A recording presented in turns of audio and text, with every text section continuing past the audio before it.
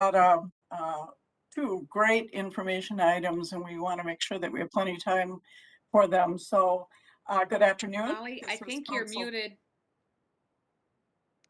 Really? Okay, it doesn't show muted on my computer. Greg? I can hear you, Molly. I can hear you.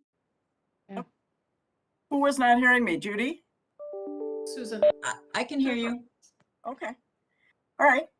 Well, this is Vice Chair Molly Cummings, and it's Wednesday, August 18th, 2021, another hot day. Before I call the meeting to order, I'd like to say a few things about how we will conduct this meeting. I want to acknowledge that COVID-19 has caused us to alter our meeting procedures, and the Metropolitan Council Chair has determined that it is not practical or prudent to conduct in-person meetings due to the pandemic. The Metropolitan Council and its committees and advisory committees will conduct meetings in accordance with Minnesota Statute Section 13D.021, and members will participate by telephone or other electronic means. The public is encouraged to monitor this meeting remotely via our website and YouTube. The public may also submit comments to public.info@metc.state.mn.us, and we will respond promptly. During this meeting, I will ask that council members utilize the wave or hand feature on the WebEx software to indicate that they would like to speak. I will call on members in the order I see their virtual hand. Members who are using a phone connection only should speak up when I call for any other discussion on the item.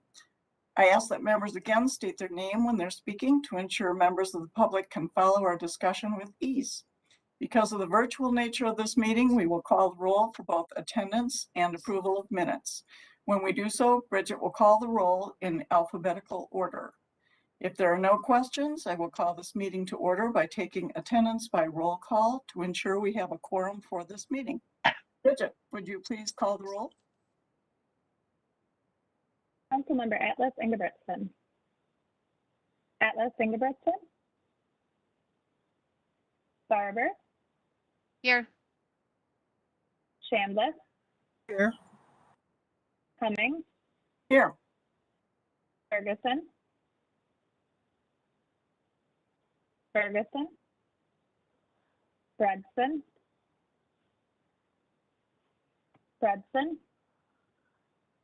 Gonzalez. Present. Johnson. Here.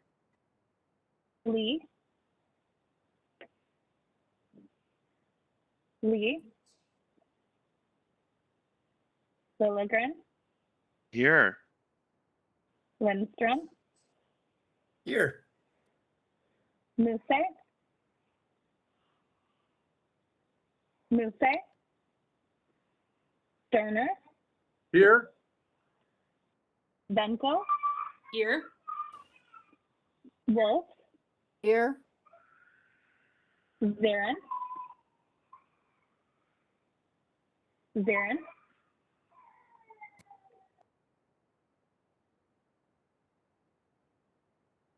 Thank you, Bridget. Here. Next is the approval of the Sorry to interrupt, Bridget. Fredson's here too. Sorry to be late. Thanks, council member. Good to see you.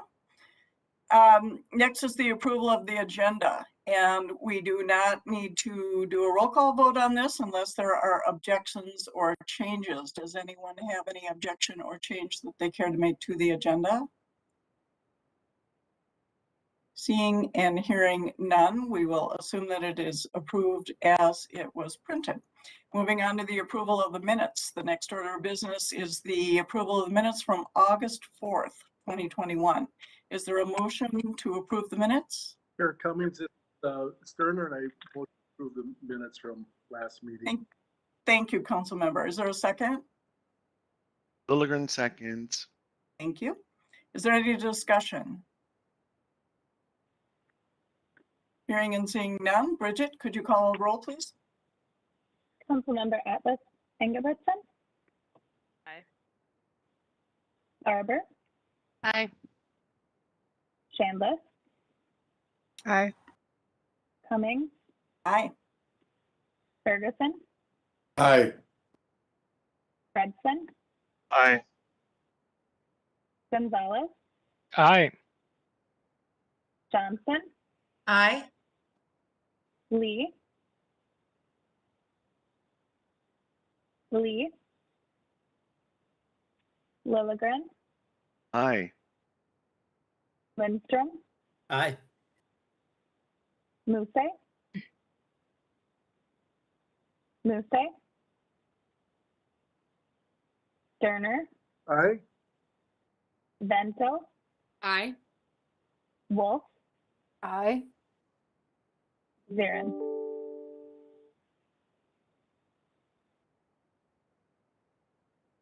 Thank you, Bridget.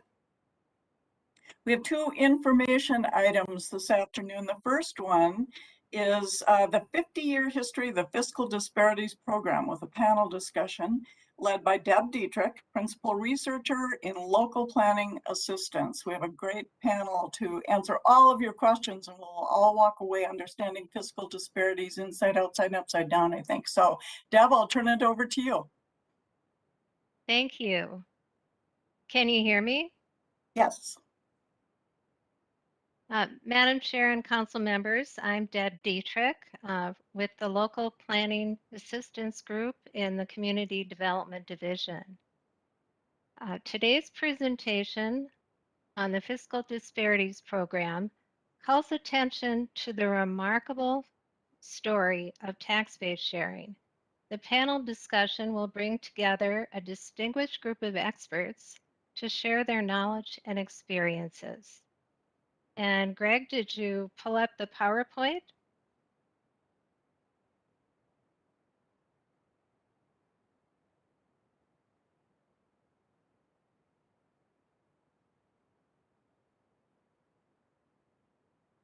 Thank you.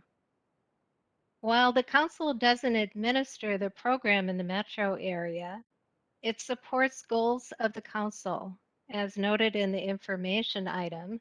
Some of these goals include more orderly development, cost-effective wastewater and transportation services, and improved equity in the distribution of fiscal resources. I'd like to thank community development and communications staff who contributed ideas and support for developing this topic. Next slide, please. 50 years ago, on July 23, 1971, the tax-based sharing bill was signed into law for the 7-county metro area. This program is commonly known as the Fiscal Disparities Program. Through this program, local taxing jurisdictions in the metro area share part of growth in commercial industrial net tax capacity or tax base. Next slide, please. I'm very pleased to briefly introduce our 4 panelists. Paul Gilgee will first give us a presentation on his book, How Could You Do This? 50 Years of Property Tax-Based Sharing in Minnesota. Paul was Associate Director of the Citizens League from 1964 to 1988. The book was published by the Center for Policy Design. Paul will give a first-hand account of how the innovative tax-based sharing program came about, the ideas, the people involved, and some of the contention encountered along the way. In addition, Paul will talk about changes to the law, challenges to the law, and its lasting impact. The panel discussion will take the majority of our time and will include 3 other experts you'll hear from later. Steve Hines was a legislative analyst at the Minnesota House of Representatives Research Department from 1976 to 2018. Steve ran the property tax model for House Research. Patricia Nauman is the executive director at Metro Cities and has served in that role since January 2009. Metro Cities represents 89 member cities before the state legislature and the council. Tom Weaver is CEO of Achieve Services. In 2003, Tom helped Governor Palante's transition team select a new Metropolitan Council, and he became the council's regional administrator for the next 8 years. I'll turn it over to Paul on the next slide to tell us more about himself and talk about his book. Deb Dietrich, Paul Gilgee here. Thank you so much. I need to tell all of you what a delight it is to work with Deb Dietrich. She should really be the person who's making this total presentation today. And Deb, we are really indebted to you. She's the one who prepared this slide presentation, by the way. So all we had to do is just follow it. As we get going here, I would like to say that there are just a few things that we ought to keep in mind throughout. First is, I am happy to learn that all Metropolitan Council staff and all Metropolitan Council board members are required to be able to orally explain the mechanics of fiscal disparities as a precondition for their employment and selection. That is just a tremendous thing. I don't know how long that's been in effect. Maybe, Tom, was it put in when you were there? Yeah, I think you put that in place. I don't hear any reaction from anybody, so we'll have to assume that it really is true. Second, I do have some serious things to say that we need to keep in mind. Deb did a good job of mentioning that the terms tax-based sharing and fiscal disparities are interchangeable. They can be used in both. We've always used tax-based sharing because fiscal disparities is what the program was attacking. If we called it the anti-fiscal disparities law, maybe that would be good.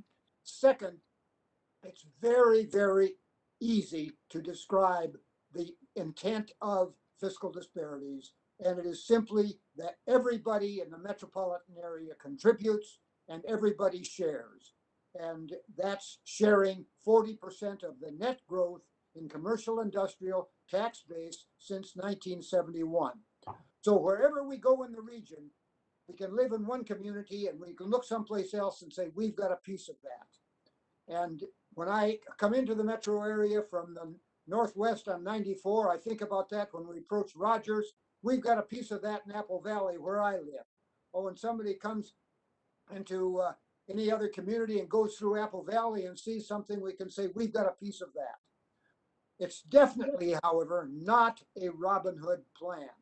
It's been characterized as such, taking from the rich and giving to the poor, but tax-based sharing takes the same proportion from everyone, rich or poor, and in return, returns to everyone, rich or poor, a share of the amount. So it's not picking out the rich and taking from them.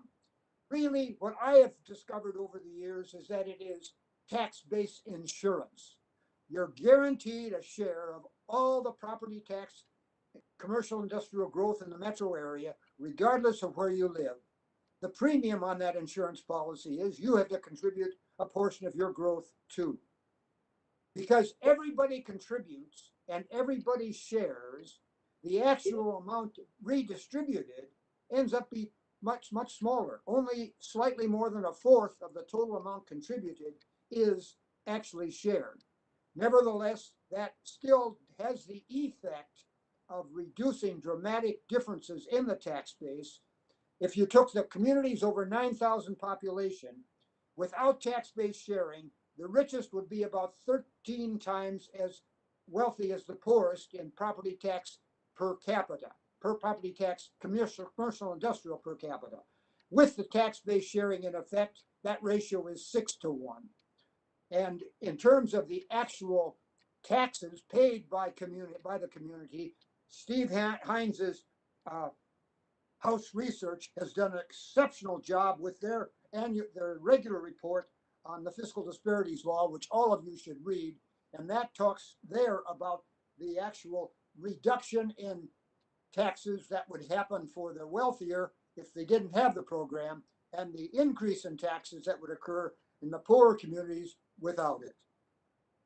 Now let's move on to the next screen, if we would. The terrific leadership of the Metro Council has been present almost from day one. When I was with the Citizens League in the early 60s, we relied on the old Metropolitan Planning Commission. And if you look at some of the old work of the Metropolitan Planning Commission, you would find therein, particularly in something called the Joint Program Report, a clear recommendation for doing something about the wide differences in wealth in commercial industrial in the metro area.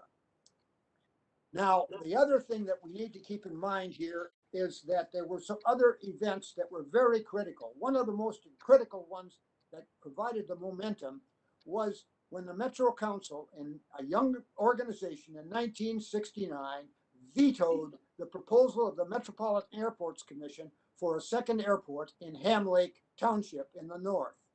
That was very disturbing to the north suburban communities who were counting on all the tax base that they expected would be near the airport and they would get a share of. In the process of declining to endorse that proposal, and in fact rejecting it to the Metro Airports Commission, the council did make the point that they would be urging the legislature to help pass the fiscal disparities law, which was at that time in bill form. It didn't pass till 71, but the council did. I would have to say that one of the biggest momentum factors was the fact that in those days, something was called fiscal zoning. Now, my guess is that we still have some fiscal zoning today, but it was very articulate and people were proud of it. For example, they'd say, if this housing development doesn't pay its own way in property tax, we're not going to let it move in. Well, what that means, of course, is that you had to build more expensive homes, and they were discouraged from building smaller ones and less expensive. Now, you could say, well, that problem still is widespread today, and I'd agree wholeheartedly. Thankfully, the question of fiscal zoning does not enter the picture. Another factor that was very key, of course, is the fact that through the accident of simply where things are located in this country or in this metropolitan area, you've got the airport is going to be in certain places. The big shopping centers are going to be in other places. And so it's just by the accident of geography that some communities are going to have more than others. One of the biggest momentum builders was the controversy in 1965 over whether to build the Allen S. King plant in Oak Park Heights, which, as you all know, has been around. And the Washington County people were quite irritated with the rest of the metro area, complaining that they were going to destroy the beauty of the St. Croix Valley. And Washington County, particularly Howard Albertson, said, if we're going to be the park for the metropolitan area, we're going to have to get a share of what's going on. So they were quite irritated with that. One of the more interesting things, and I have to just throw a little bit into this, is that way back in 1962, the city of Bloomington snuck across the Minnesota River and stole the Black Dog power plant from Burnsville Township. Burnsville finally got the courts to overrule that, but that was an example of the kind of competition that was present. The next slide, please. The Citizens League had a major study underway in 1968-69 to see if it could do something about the problem of tax-based differences. And the Citizens League recommendation came up with the idea of tax-based sharing, not tax revenue sharing, even though there is a revenue distribution that occurs. It's the tax base that is key. The idea came from Warren Preschel, a member of the Burnsville School Board, who happened to be a municipal bond consultant, but he had a real and clear understanding of the problem. We had other ideas that were being thrown around, such as merging municipalities or moving functions from the locality up to the larger body, from the municipal to the county, or imposing area-wide sales taxes and distributing the money. They weren't all popular, but the tax base sharing concept really caught on. It was controversial within the Citizens League committee, by the way, but it finally cleared committee and was approved by the board of directors of the Citizens League in March of 1969. Next slide, please. Then came the legislature. Charlie Weaver, Tom Weaver's dad, was very concerned in Anoka County with the development of the Metro Council, even though Charlie ultimately became chair of the council. Charlie was concerned because he knew that the council would have a significant impact in where development occurred. And he was very nervous that Anoka County, which had not been a winner in the metropolitan area for new development, would still be suffering. So he was quite interested in the Citizens League concept, and he immediately arranged to have the bill prepared. And Jack Windhorst, who later became the counsel for the Metro Council over many years on tax-based sharing, prepared the bill. And that was in March of 1969. In April of 1969, the bill passed the House by 115 to 14. And would you believe it? It got to the Senate, and Don Wright, the crusty old chair of the Senate Tax Committee, couldn't get anybody to testify against it. But then he finally found an excuse, and so he didn't hold the committee meeting next to the last day of the session. So it died in 69. Then in 1971, a different complication entered the picture. Not a real complication, kind of a helpful thing, is that by that time a new governor was present, and the emphasis was on school finance. How can we fix the school finance problem? And Governor Wendy Anderson came up with a major proposal, very confidential, and then very controversial, excuse me. And then Charlie Weaver's bill was still there. He pushed that through the House real quickly in 71, but it got tied up in the politics of the Senate with the two bills.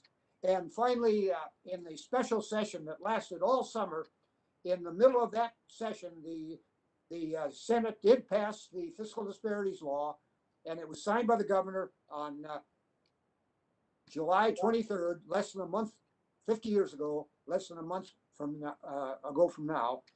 And then the big bill, which was the Minnesota Miracle Bill, passed later in that year. We could talk about that in detail if you wanted to. The next screen, please. Then that covered that. I'm sorry. The next one, please. The next screen. Immediately, as soon as the tax bill passed, fiscal disparities bill passed, the Burnsville city went into court to see if it could get the law declared unconstitutional. And so, sure enough, that's what happened. The next year, it was declared unconstitutional. Then, if you would believe it, it was found constitutional, and a great by the Minnesota Supreme Court, 4-3, very close, and a great leadership by Justice Otis, who wrote the opinion that's a landmark opinion. Next slide, please. Then we had, after that was found constitutional, there was immediately a bill introduced to repeal, didn't get anywhere.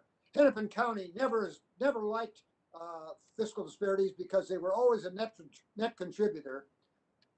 There were proposals made to add growth in residential value, mainly from Myron Orfield, and there was some support for that, and Governor Carlson vetoed that in 1995. And there was also an effort to help the Mall of America. Those efforts failed 3 times in a row from 1985 to 2007, 2008. Finally, in 2013, the only exemption for fiscal disparities was adopted by the legislature for the Mall of America. They'll be put back on the sharing base in 2034. The next slide, please. There have been a few changes enacted over the years, very few. Tax increment was found to be having some difficulty. They were found compatible in 79. The Metropolitan Council's Livable Communities Act got a surtax on the fiscal disparities in 1995, which is still in existence today, as you know. The Iron Range started in 1996. They got a similar bill. So there were other things like that passed. And then, of course, the Mall of America. Next slide, please. It's been fascinating to see over the years other interests. Perhaps the greatest interest was in New Jersey, where across the river from New York City, about 14 municipalities were in a very needing area, needing redevelopment. And those 14 communities are sharing the tax base there. There's another example in Pittsburgh where 3 communities that used to have a steel plant now have got a joint tax increment financing. When that tax increment is over with, they will be sharing. There are proposals in Cleveland to have voluntary tax-based sharing for that metro area. I haven't heard how that's going to turn out. And some national groups, such as the Governmental Finance Officers Association, are thinking about doing some studies in this. Next slide, please. Finally, the question is, what's the takeaway here? Well, my takeaway is that, yeah, we could add a lot more. We could share more, or we could share less. But as soon as you start trying to fiddle with it, the various interest groups are going to try to get their sides. So I'm not sure that there's any real urgency to touch this. It works automatically. That's one of the great things about it. It nothing ever has to be repassed every year. It just adds the growth. Some people say we don't need to just deal with the growth. I would agree, but I don't see how urgent it is to function with that. So that would be my conclusion. I just want to say again, the great leadership from the Metro Council has been present from day one and is still present today. And it's been a delight to see the evolving nature of the council over these last 50 years. Go to it, folks.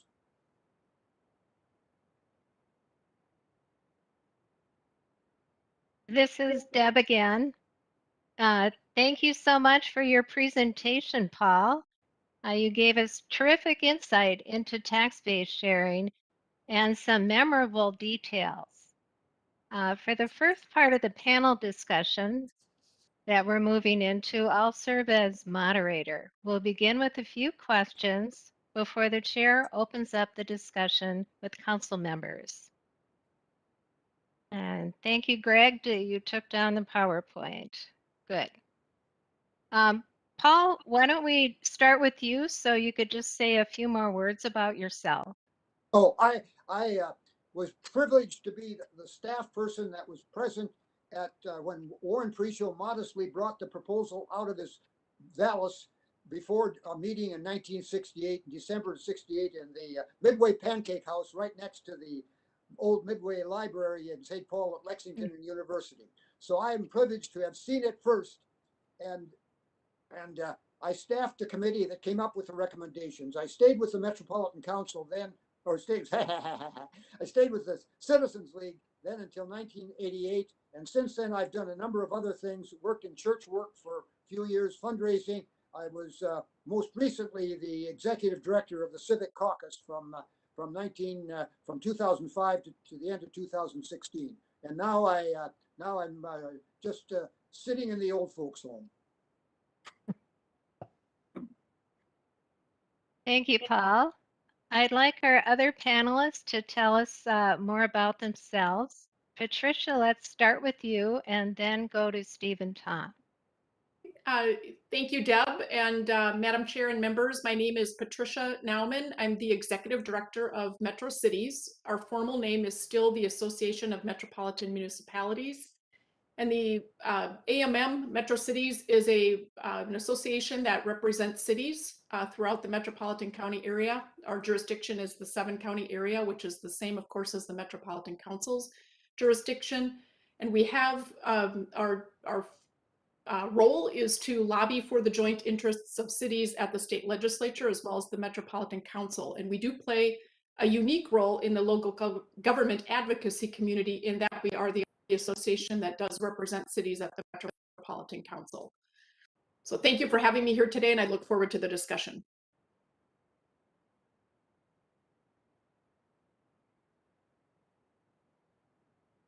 Steve, why don't you go ahead? Hello, everyone. I'm Steve Hines, and I was a legislative analyst with the House Research Department for the Minnesota House of Representatives from 1976 through 2018. And during that time, I was primarily responsible for property taxes. And a lot of what I did was modeling property taxes. So looking at all the various levers, you might say, that legislators have to alter how property taxes are distributed between different types of property and between cities, counties, school districts, etc. In the course of that work, I was, along with my colleague Karen Baker, we were the two who maybe primarily handled all the interest in this program, fiscal disparities, and in people, legislators or others who wanted to make changes to the program, eliminate the program, and other things. So I had lots of exposure to the program after initially, when I first heard about it, when I was getting used to property taxes, it seemed a bit daunting, but eventually I realized I was going to have to figure it out, and I did, and I stayed with it and found it to be a very interesting thing to deal with the whole time I was there. So, and I look forward to the discussion as well. Thank you.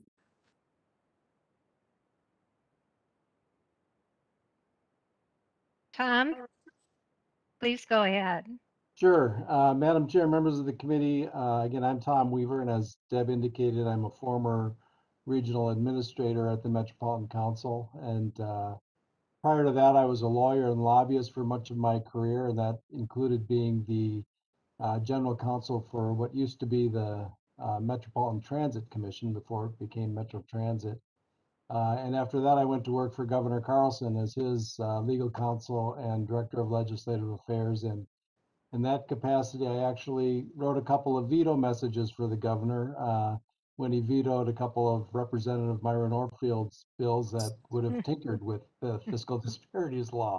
It's a pleasure to be here. I appreciate the opportunity. Thank you. I do want to note that more information, including contact information, is summarized in the panelists' biographies. Now I'm going to start with a few questions. Paul, I'll begin with you. You did talk about the council's leadership and involvement in fiscal disparities during your presentation. Could you tell us a bit more about the council's role in developing tax-based sharing, in its enactment, and also in its defense during court challenges? Thank you. Thank you. I'd say the key role that the council played, if you want to identify one major thing, was that when the Citizens League made its recommendations for how the tax base would be distributed, it simply said, let's do it by per capita. The council people very much wanted to add an ability to pay dimension to that. And so in the legislative session, the council's recommendation that you would modify per capita distribution based on whether the community was above or below average in total local tax base. That was the big change that the council made in the law at that time. The other major contribution the council has provided over the years was the great leadership it provided heavily via Jack Windhorst, its attorney, in support of the law when it was challenged in the courts on two separate times. And in both times, the Minnesota Supreme Court upheld it. But Jack Windhorst, representing the council, was very key. And there was at least one other lawyer whose name I've forgotten right now that was a big part of that on the council side. So I'd say those two things occur to me quickly. Steve, you might have some memory as well of some other stuff that the council came up with.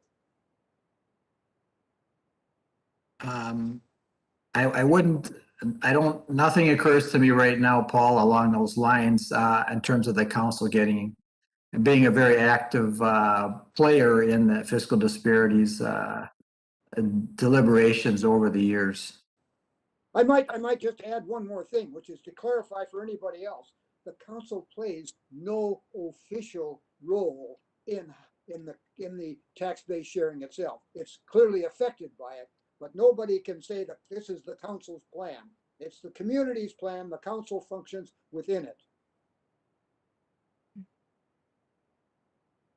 Steve, I have a question for you. Paul mentioned the House research report that was recently updated.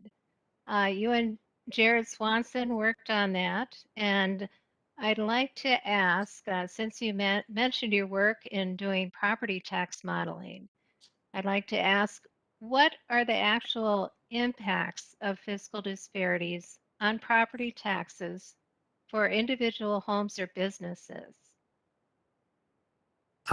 Yes, Deb, or Madam Chair, members of the committee. In 2018, Jared and I did work which we've done periodically over the years, in-house research, to look at what the effects would be if fiscal disparities did not exist on all the jurisdictions within the metropolitan area. And there's obviously a lot of information there, but I thought maybe the most useful thing to go over was just people wonder how much effect does this really have on property taxes.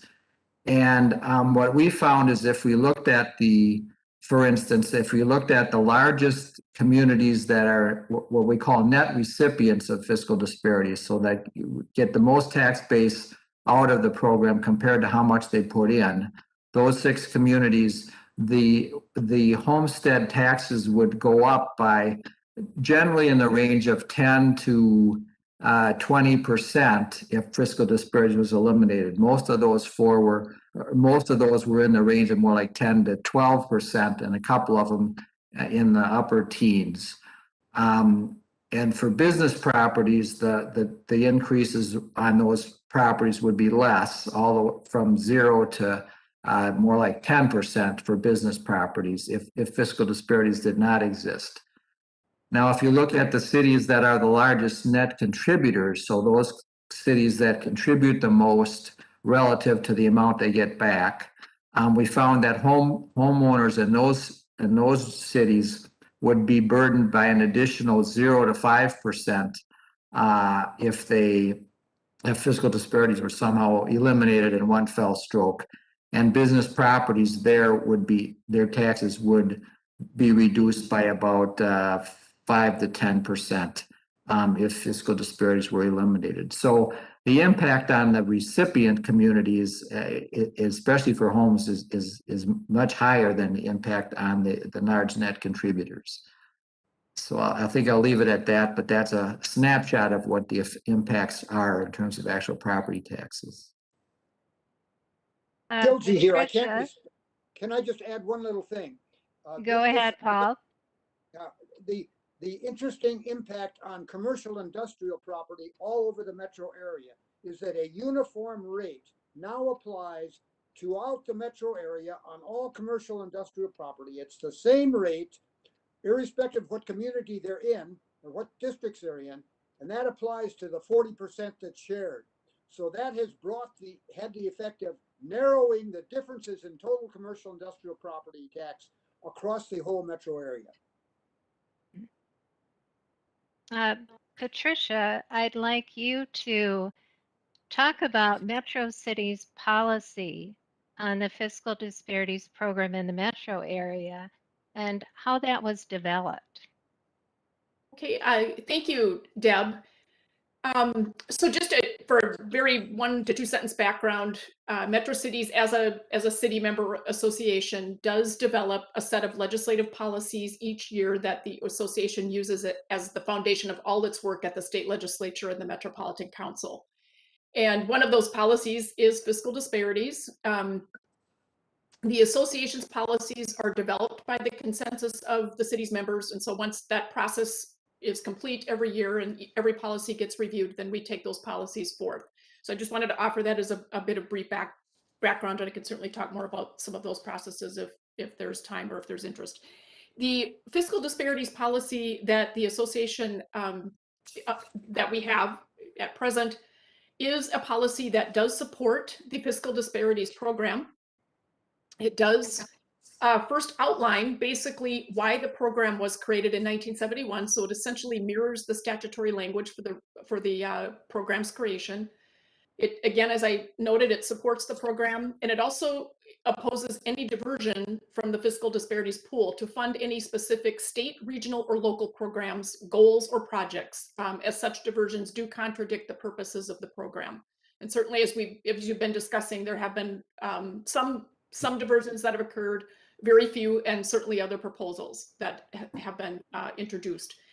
So the other piece of the policy does speak to, and this was done in context, the policy was last very thoroughly reviewed in 2013. We had a task force, and that task force was done as the legislative, or put into place as the legislative study of fiscal disparities was completed. And the association's members were anticipating that there might be some proposals, and we wanted to make sure that the policy was up to date and reflected the positions of our membership. So the policy does also say that any legislation that would modify the fiscal disparities program should be considered only within a framework of other comprehensive reform efforts of the state's property tax aids and credits system. And then finally, the policy does oppose legislation that would allow for any capturing and pooling of growth in residential tax capacity to fund specific programs or objectives. And that policy was put into place following legislative proposals that were introduced a few years ago that would have expanded the fiscal disparities program to residential property. So that is it in a nutshell, Deb and Madam Chair. Tom, the next question is for you. Disparities in fiscal resources and tax rates aren't unique to this region, but our legislature's solution to this problem was unique. Why haven't other metro areas been able to replicate our fiscal disparities program? Madam Chair, members of the committee, that's a little bit of a mystery. I assume it's because Paul hadn't written his book yet, so nobody understood it anywhere else. But now that he's published this thing, I'm sure we're going to see other municipalities lining up to pass something similar. But I do think that there's just some unique things about this region and this area that allowed it to happen that may not exist in other places. One of them is the work of the Citizens League. I mean, this thing was born out of their work, and I think they've always been recognized as a nonpartisan think tank with, good government people with a really good process. As Paul indicates in the book, they were all about learning before debating. And so they really studied the problem and studied the solutions, and I think they came up with this concept with a lot of credibility with a lot of people, including the support of the newspapers. So I think having them really hatch this idea was really important. And then it gets to the legislature, and again, as Paul pointed out, it wasn't easy sledding through the Minnesota legislature. It almost died a number of times. Senator Blatz could have killed it at one point and didn't, and probably regretted that. Senator Coleman had to strong arm the outstate senators to support this thing that was going on in the metro area to get their support. The House Democrats at the 11th hour threatened to kill it because they didn't like the way conservatives were handling a completely unrelated tax issue. So this thing, it was pretty tenuous. There were a lot of times where it very easily could have died, but it didn't. And I think you have to give credit to the people who were serving in the legislature at that time, many of whom were willing to look at this regional issue and put that ahead of their parochial interests. Because there were people who supported this bill who came from communities who were net contributors and knew they were going to be net contributors, but they recognized the advantage to the region. And that really, and again, this is a great thing that Paul points out in the book. Even if you're a net contributor, you're still a winner because the whole region wins, and we're all in this together. But I think just we had the right people in the right seats at the right time in the legislature to make this thing happen. And then the third thing I would say is that I think it's been really important to have support of the media. And at that time, we had a couple of major newspapers that were covering it and were very supportive.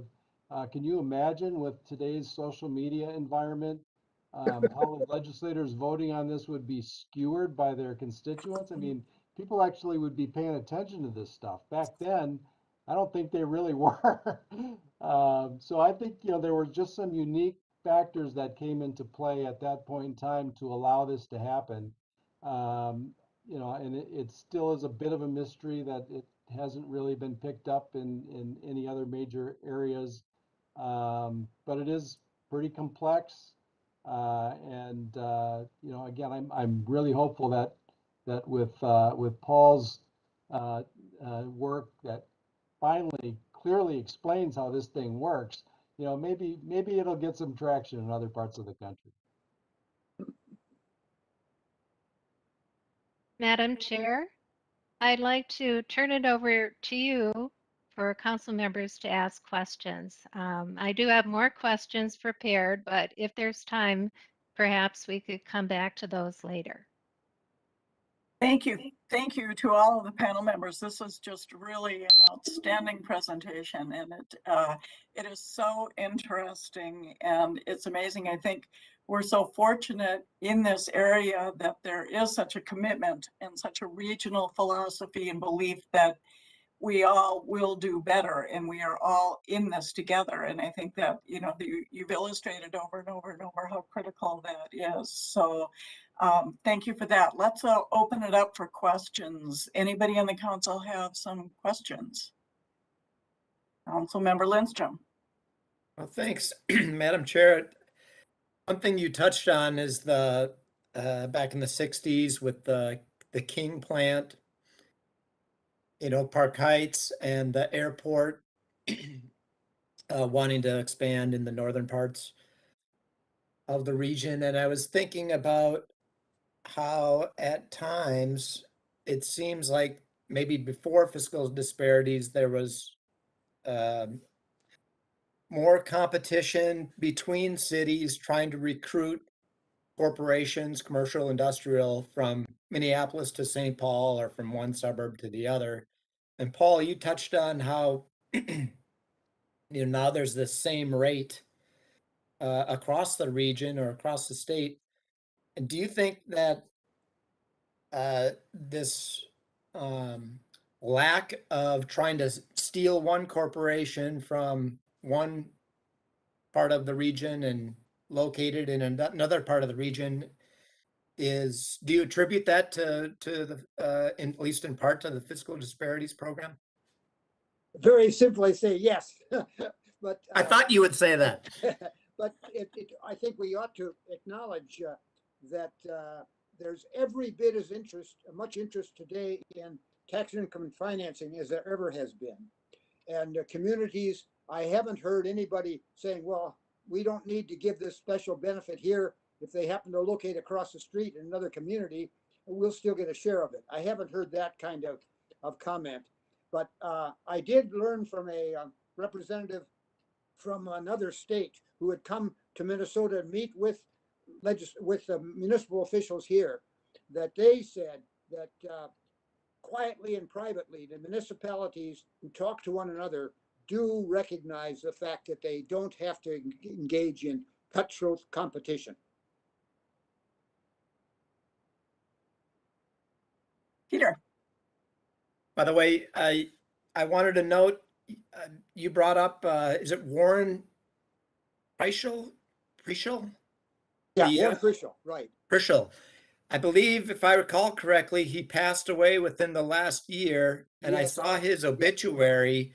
Yes. And it just kind of slipped it in there that he was the originator of fiscal disparities, and I thought, oh my gosh, this obituary should be on page A1 above the fold. Like, this is a program that has lasted 5 decades. What else can you say that? That's I mean, right. it's been embraced by, you know, not entirely, but the right, the left, it's kind of working for everybody, it seems like. I just thought that was amazing and should really be lifted up. I had the same feeling, Peter. Very good. Other questions for the panelists? Councilmember Johnson. Thank you, Madam Chair. Thank you for this presentation. I love to discuss tax-based sharing and fiscal disparities. As a council member and mayor for the city of Plymouth for over 20 years, we had a lot of discussions in our own council chambers about this subject. And I think it's one of those points where, you know, when you're first elected and you get the presentation about your finances in your local city and you're told how much, in our case, was being shared throughout the region, you kind of gulped, because you would also find out how much you could reduce your own taxes, your tax burden, if that sharing didn't take place. At the same time, by getting involved in the League of Cities and Metro Cities and, you know, traveling about the region and state, you start to understand that we are all really connected in this. And that's why, you know, acting as one region is very important.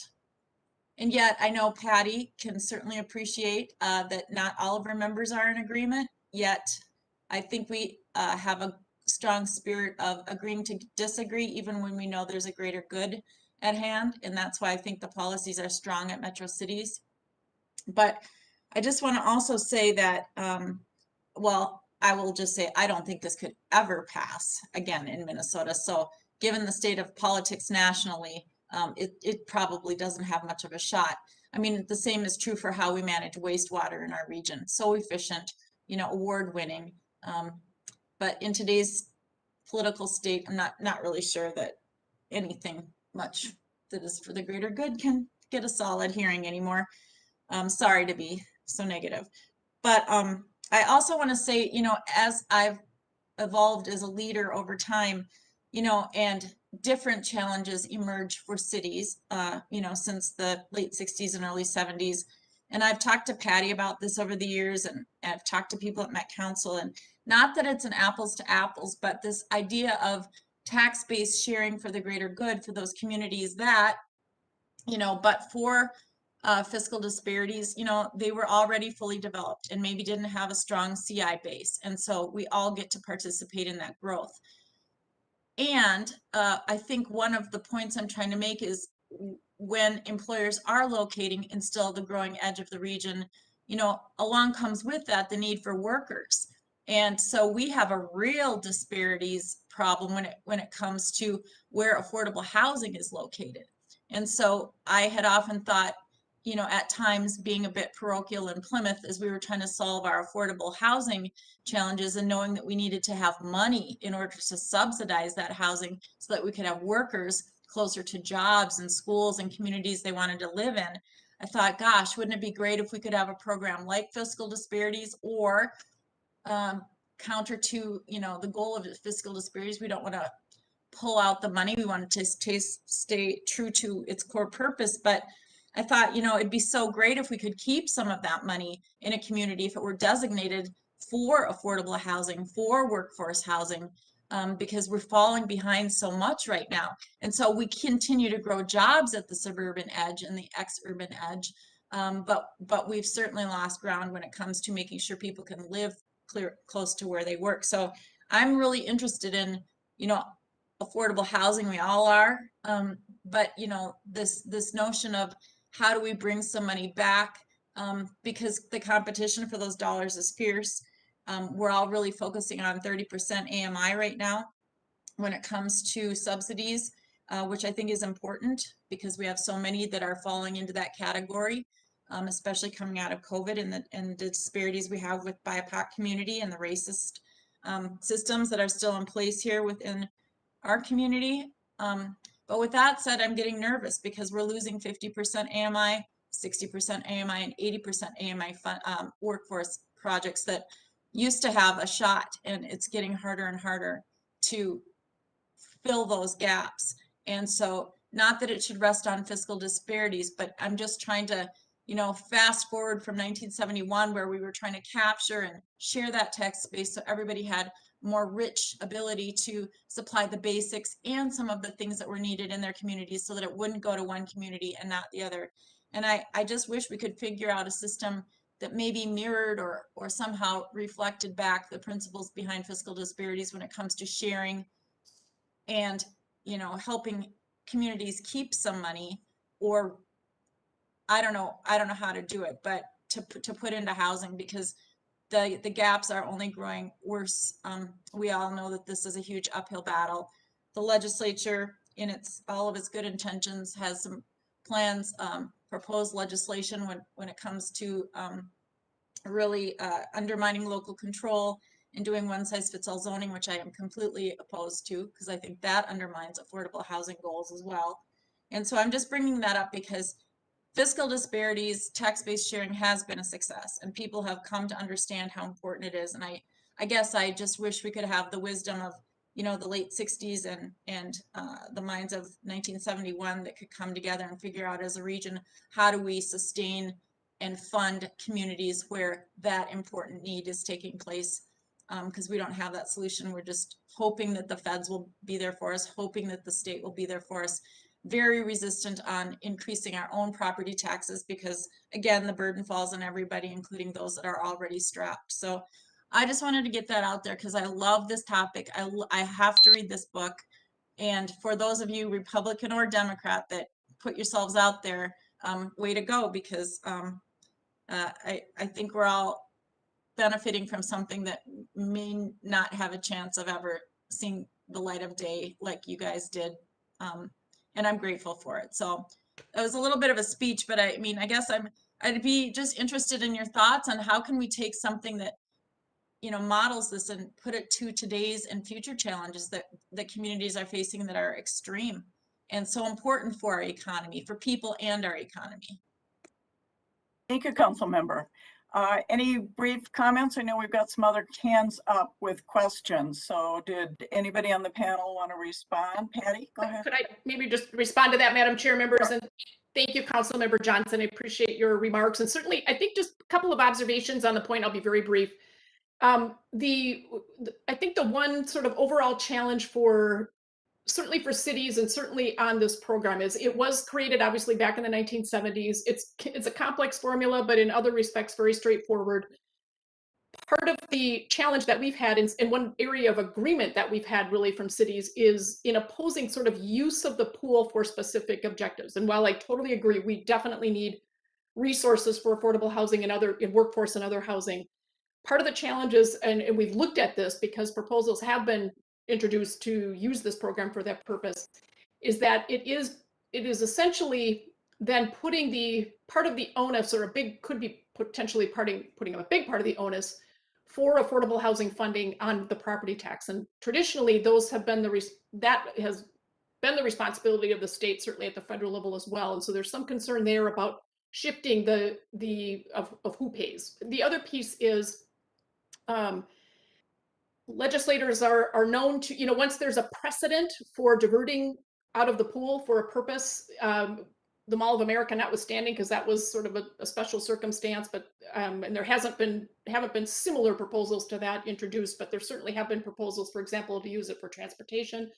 And we would expect that we would see proposals to use it for whatever legislator has for whatever they want to fund. And so there has been pretty strong, well, there is, I totally agree, you know, cities have certainly wrestled with our policy on fiscal disparities, and the agreement that we have does reflect sort of a regional perspective and the need for cities to work together. But one thing they do agree on is that it gets really hard when you start either diverting or even when you start tinkering with the formula, the impacts of that and the implications of that get really complex in a hurry. So it's just, these are really complicated topics, but I definitely appreciate the comment because we are definitely always advocating for additional resources for housing, and it's a big topic, certainly a big topic right now.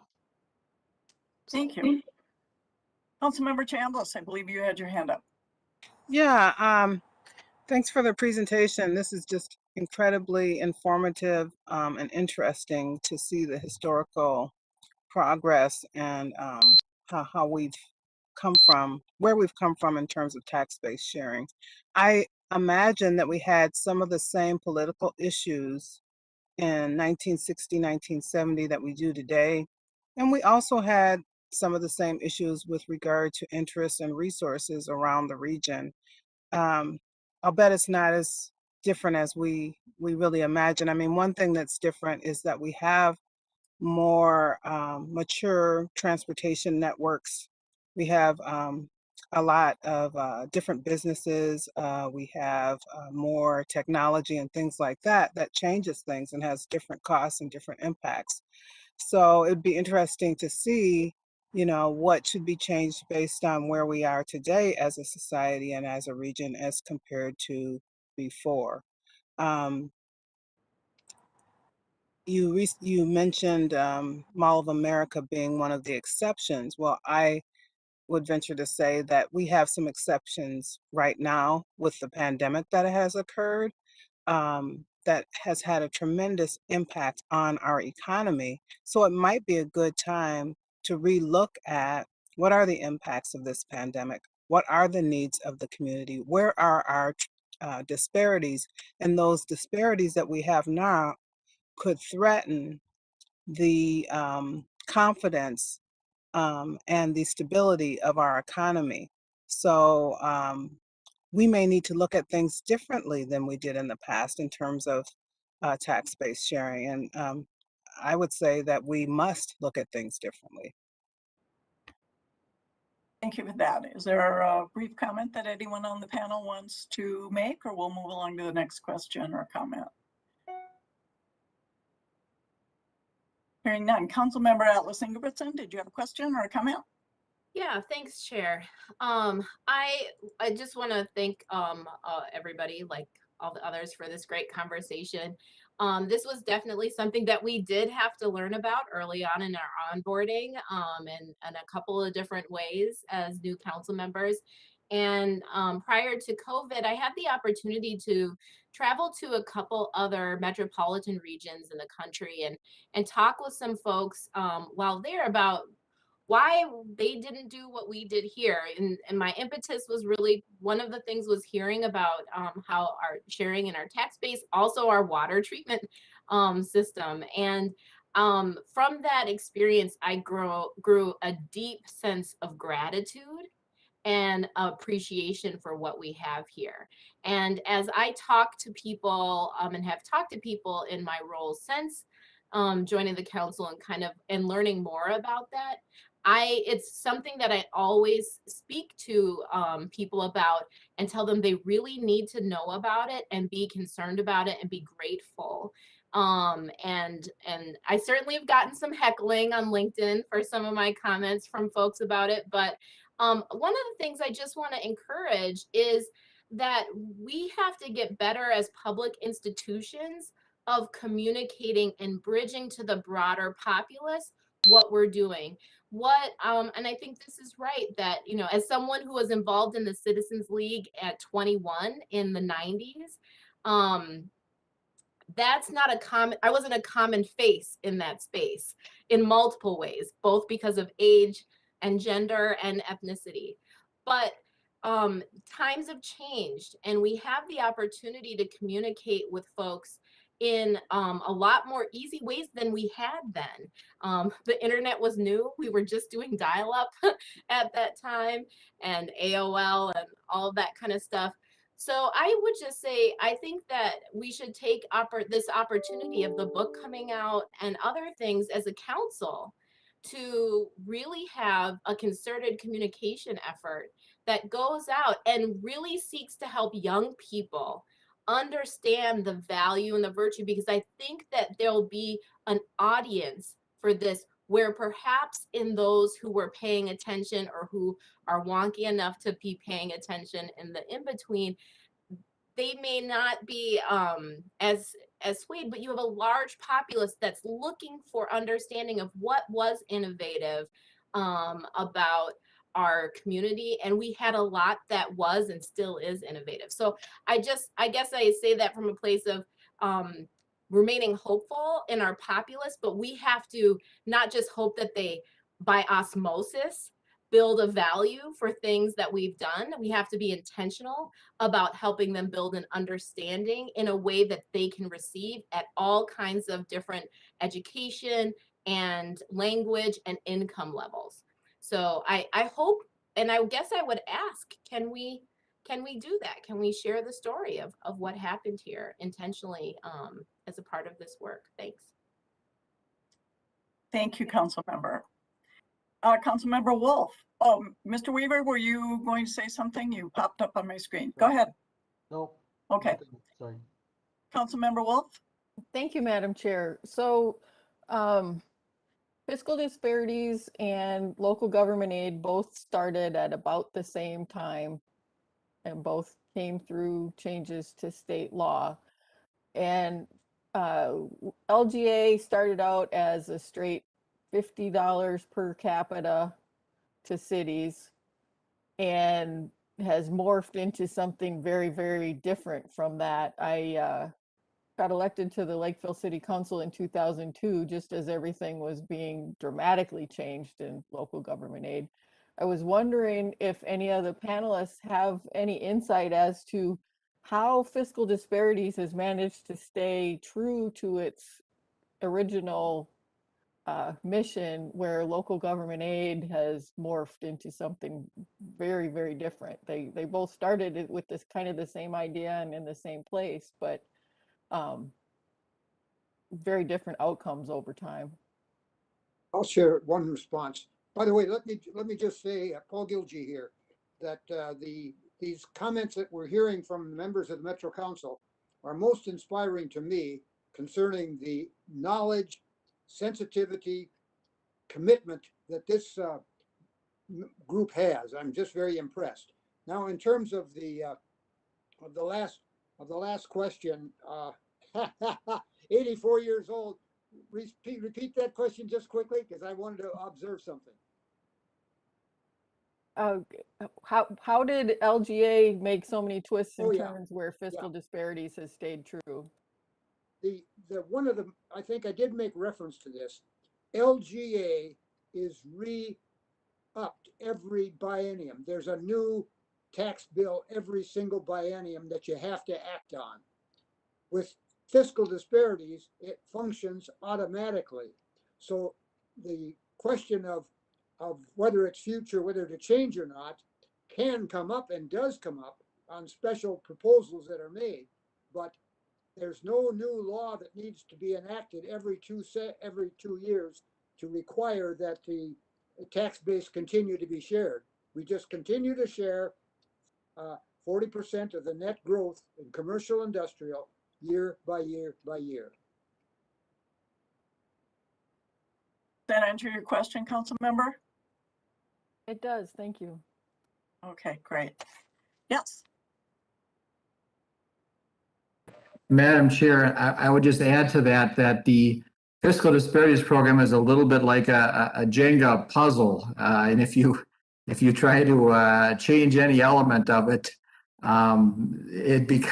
there are lots of other things that can happen. So it kind of makes it difficult to fiddle with. And another feature that is that it is really a zero-sum game when you start looking at the distribution formula. And so I think that makes it very difficult to alter the formula. Some have been looked at over the years compared to LGA, where the money is all coming from the state and you can put in more money if you want to put in a new formula. But fiscal disparities, if you propose a change that helps your community, it's someone else is paying. And so that makes it a lot trickier. And that's contributed to the stability of this program over time.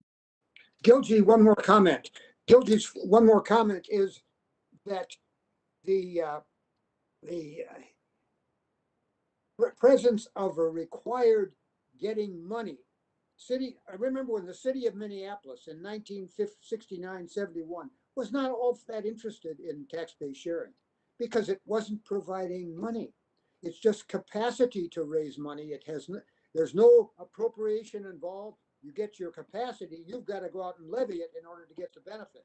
So the fact that, I think, reduces the immediate interest in getting it, because we can't get any new money overnight. Great. This has just been a fascinating discussion, and really, really appreciate the panelists and their insight, knowledge, and ability to help us understand more deeply, because it is a complex program, and clearly there's a great deal of interest. I would urge council members who have additional questions or comments that they would like to make, who would be best to contact? Deb, would that be you, or and then you can filter it to the correct person, or where should we go with questions and comments?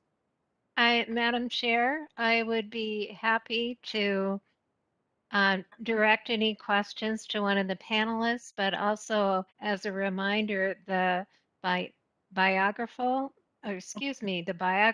information for the panelists does have contact information.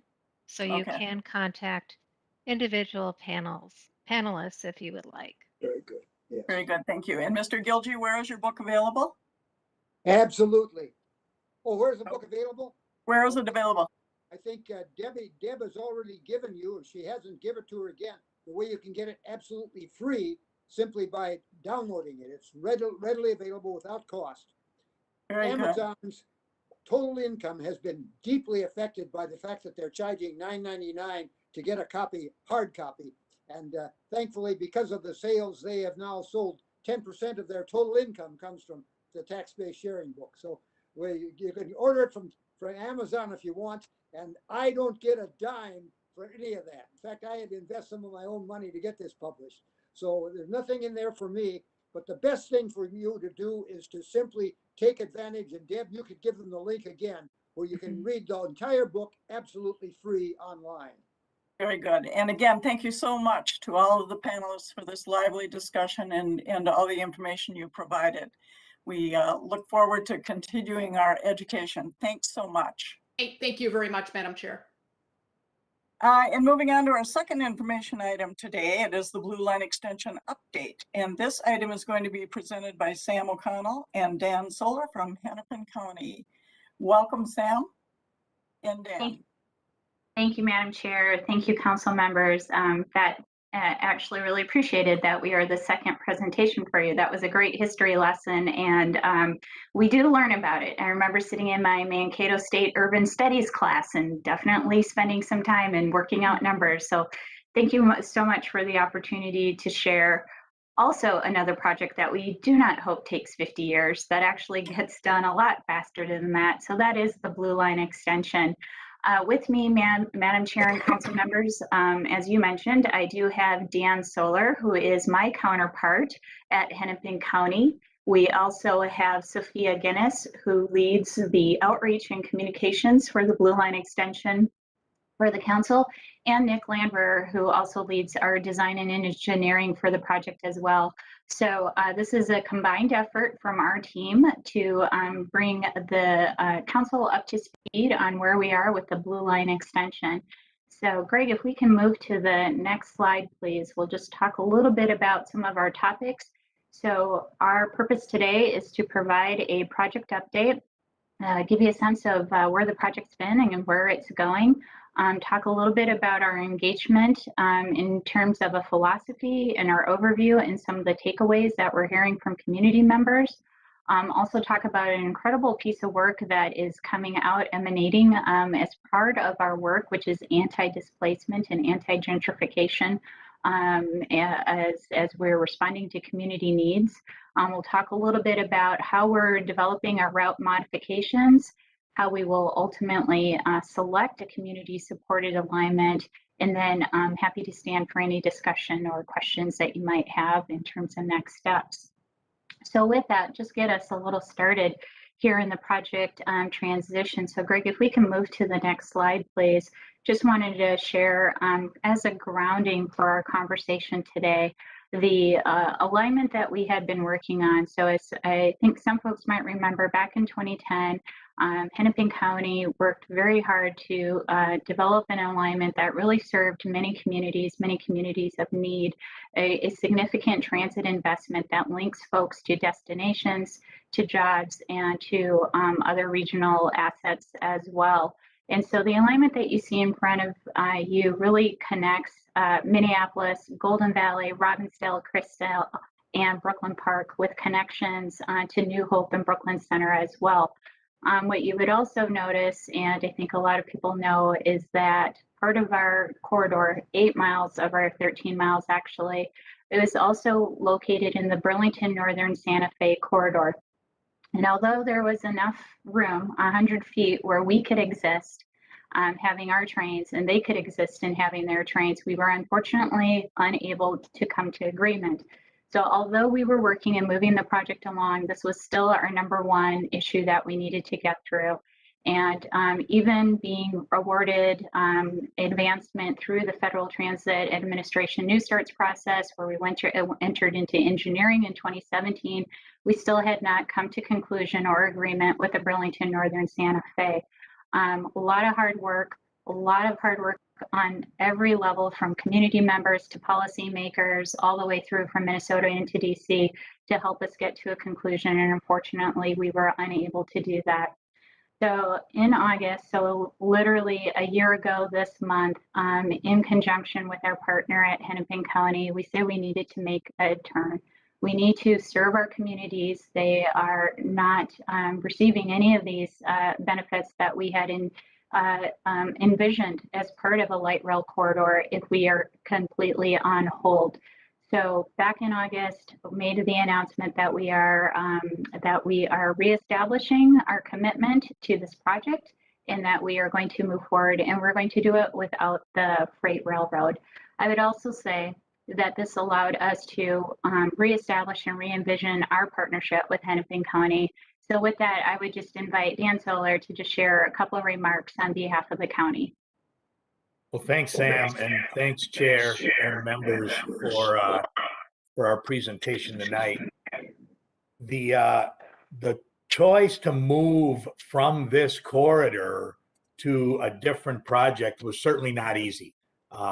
Prior to my time, I've been at Hennepin County now for 2 years, but prior to that, I was at Metro Council. I had worked on Central Corridor for a number of years and was the original project director for this Blue Line Extension project beginning in 2015, and have been working on it over that whole 6-year time, either at Met Council or at Hennepin County.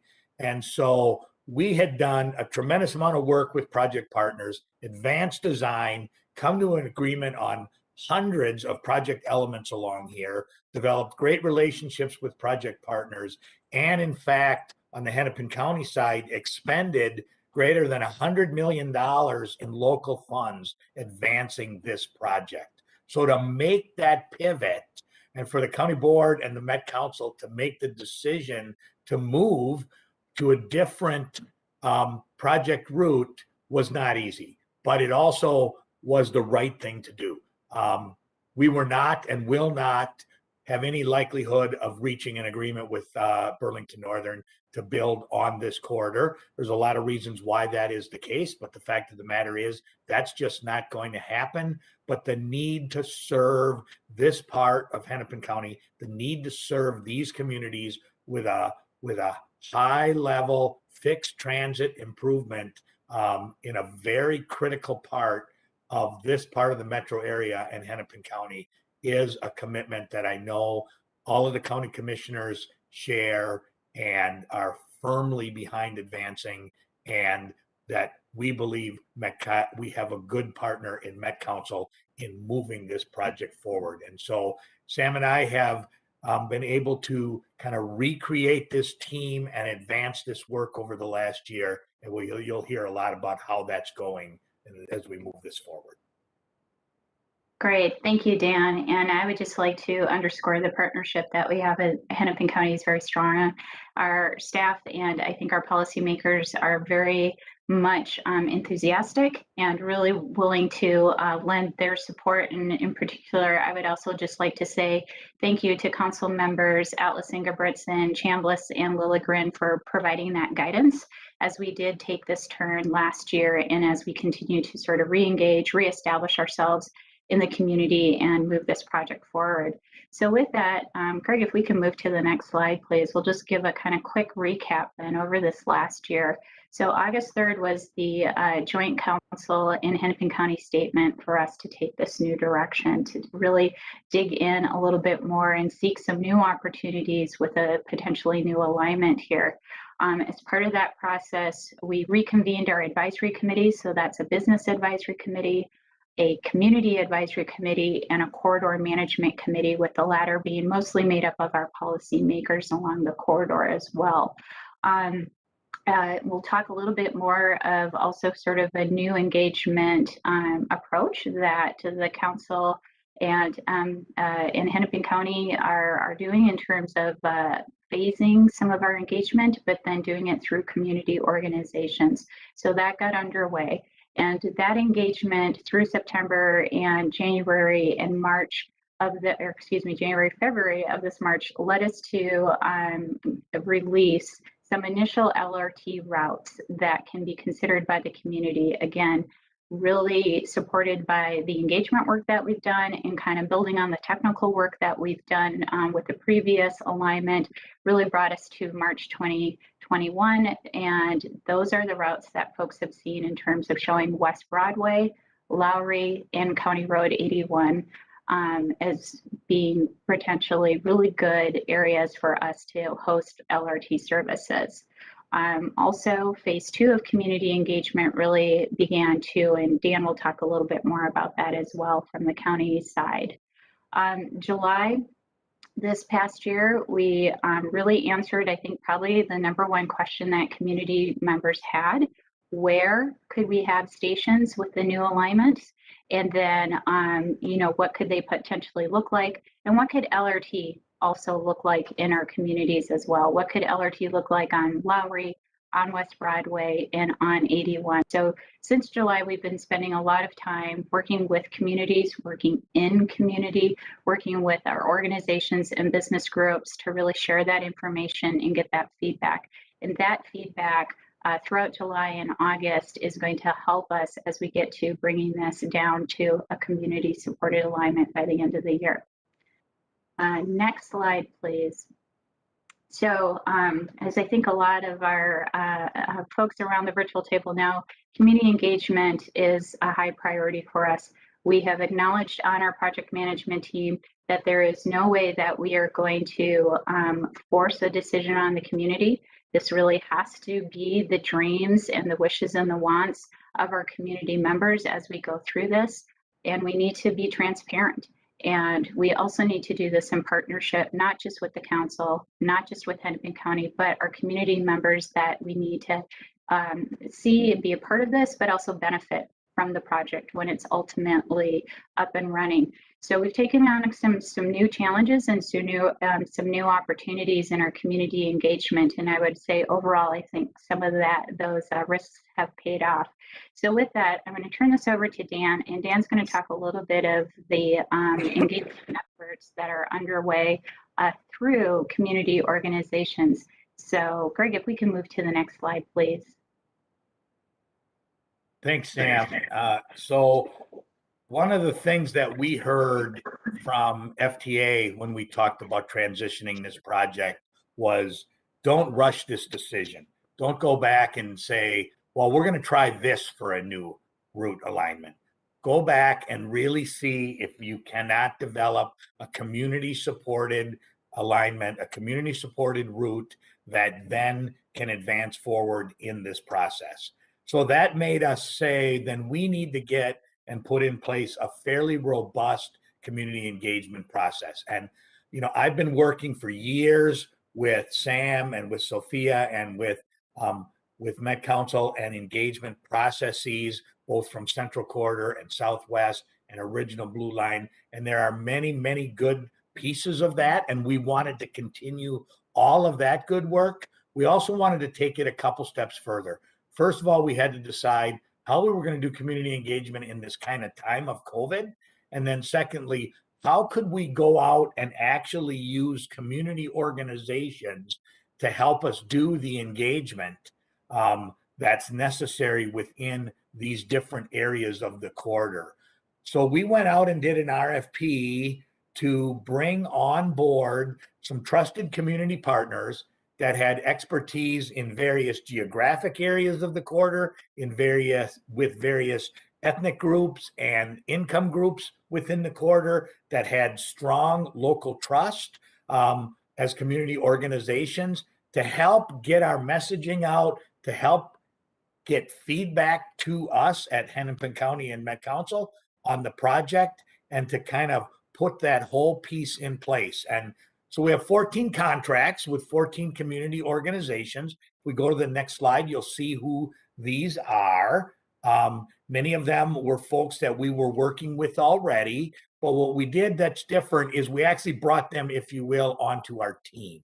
We formally brought them in to be partners with our community engagement staff to help develop a method to get this work done. And so these organizations that you see are currently underway right now, helping us in a lot of different areas. You can see Area 3 covers a lot of these groups. That's the North Minneapolis side, which is really the newest area of the alignment, but also areas 1 and 2 in Brooklyn Park, Crystal, and Robbinsdale are also included in here as well. And so this has been a successful measure. I think each of these groups has helped us in different ways with different things to help both get information out to people so they know what's going on with the project, and then to receive feedback back to us as a project office to understand people's thoughts, concerns, and what they want us to work on. And one of the things we heard out of all of our engagement was the topic of, while we're very interested in continuing to discuss a transit improvement like LRT, we're also extremely concerned about what that means in terms of displacement in our communities. And you're going to hear more about that as we continue to move through this presentation now. But that is something that that's an effort that we get out of the engagement we've done to date. This has been successful and continues to be going forward. Thanks, Dan. I am Sophia Guinness. I manage public involvement for our transit system development. And if you can go to the next slide, I'll kind of walk us through some of the accomplishments that the outreach team has done in this past year. So we have, as Sam mentioned, we have 2 advisory committees that are public focused, our Business and Community Advisory Committee. We've been meeting monthly. Over this past year, each committee has about 20 members, and we've had very robust engagement with them. We've also been very deeply embedded in the community, both through the community cohort and the work of our outreach coordinators.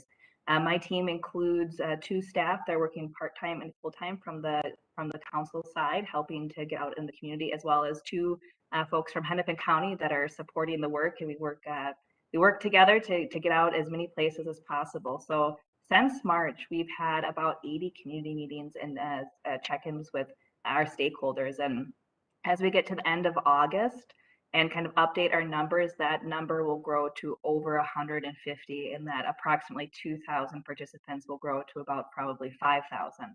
Just kind of showing kind of how we continue to ask folks questions and get more into the details as we go. We've had open houses and things that the project staff has specifically hosted. Most recently, we did a round of in-person and virtual meetings in each of our communities to talk more about our potential station study areas and the visualizations of how LRT can fit into the communities, which Nick will show more as we go through it. We also, part of our engagement philosophy is really connecting to those that are closest to the alignment, that have the possibility to be directly impacted. So that community and business stakeholder check-in is an important piece that we continue to make sure that we're reaching out. We have an interactive map.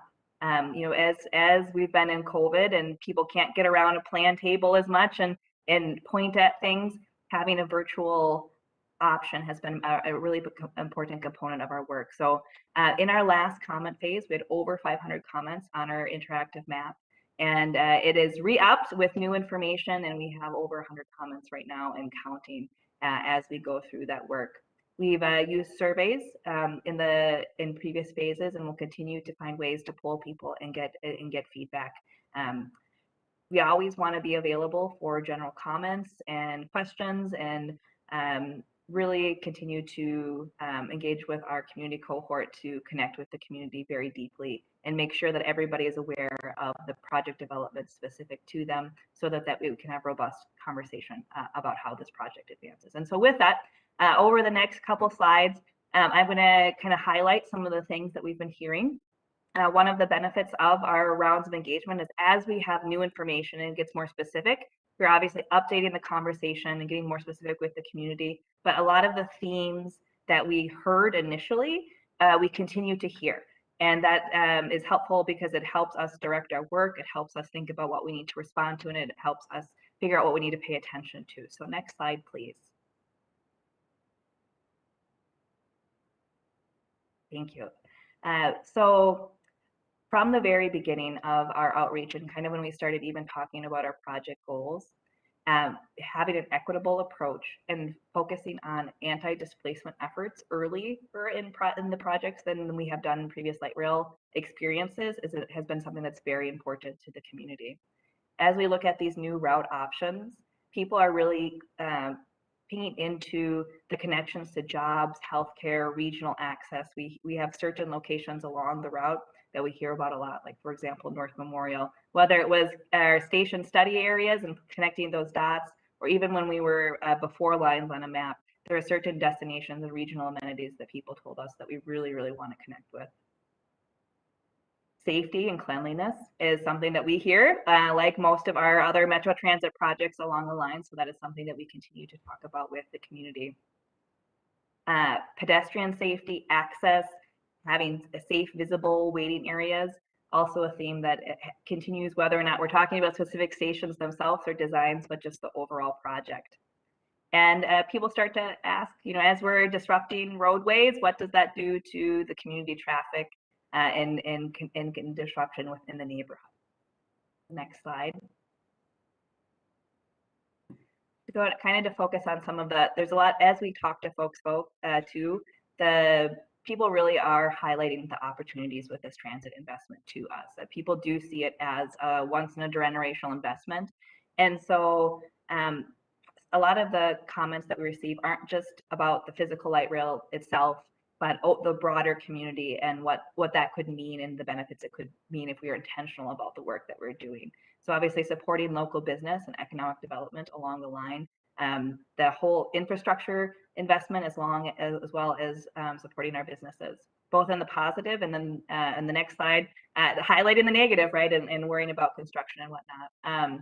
Improving the transit experience, so having transit that's fast, frequent, reliable, really that metro network need. We've heard a lot of support for that, and people are really paying into the addressing kind of the climate change goals and having other options besides driving, and especially in our suburban communities that have sometimes not as many options. Having that metro network a part of the fabric of the community is something that we often hear.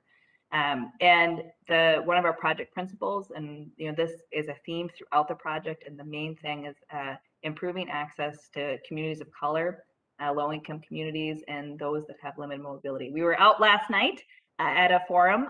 Nick and the staff were there talking exactly about that, about accessibility and whatnot. So to the next slide, kind of focus a little bit more on some of the challenges that people have really highlighted to us, and the concerns that, as staff, we are putting a lot of attention to addressing, and we'll hear more about it as we go through the presentation. But the people see light rail as bringing benefit to the community, bringing potentially higher rents and investment in maybe businesses or structures that haven't had as much attention, and there's businesses that are renting them. And what does that mean? So gentrification, displacement, both the housing and the business leasing affordability are themes that we hear very consistently, and we will have to be part of our fabric of our work.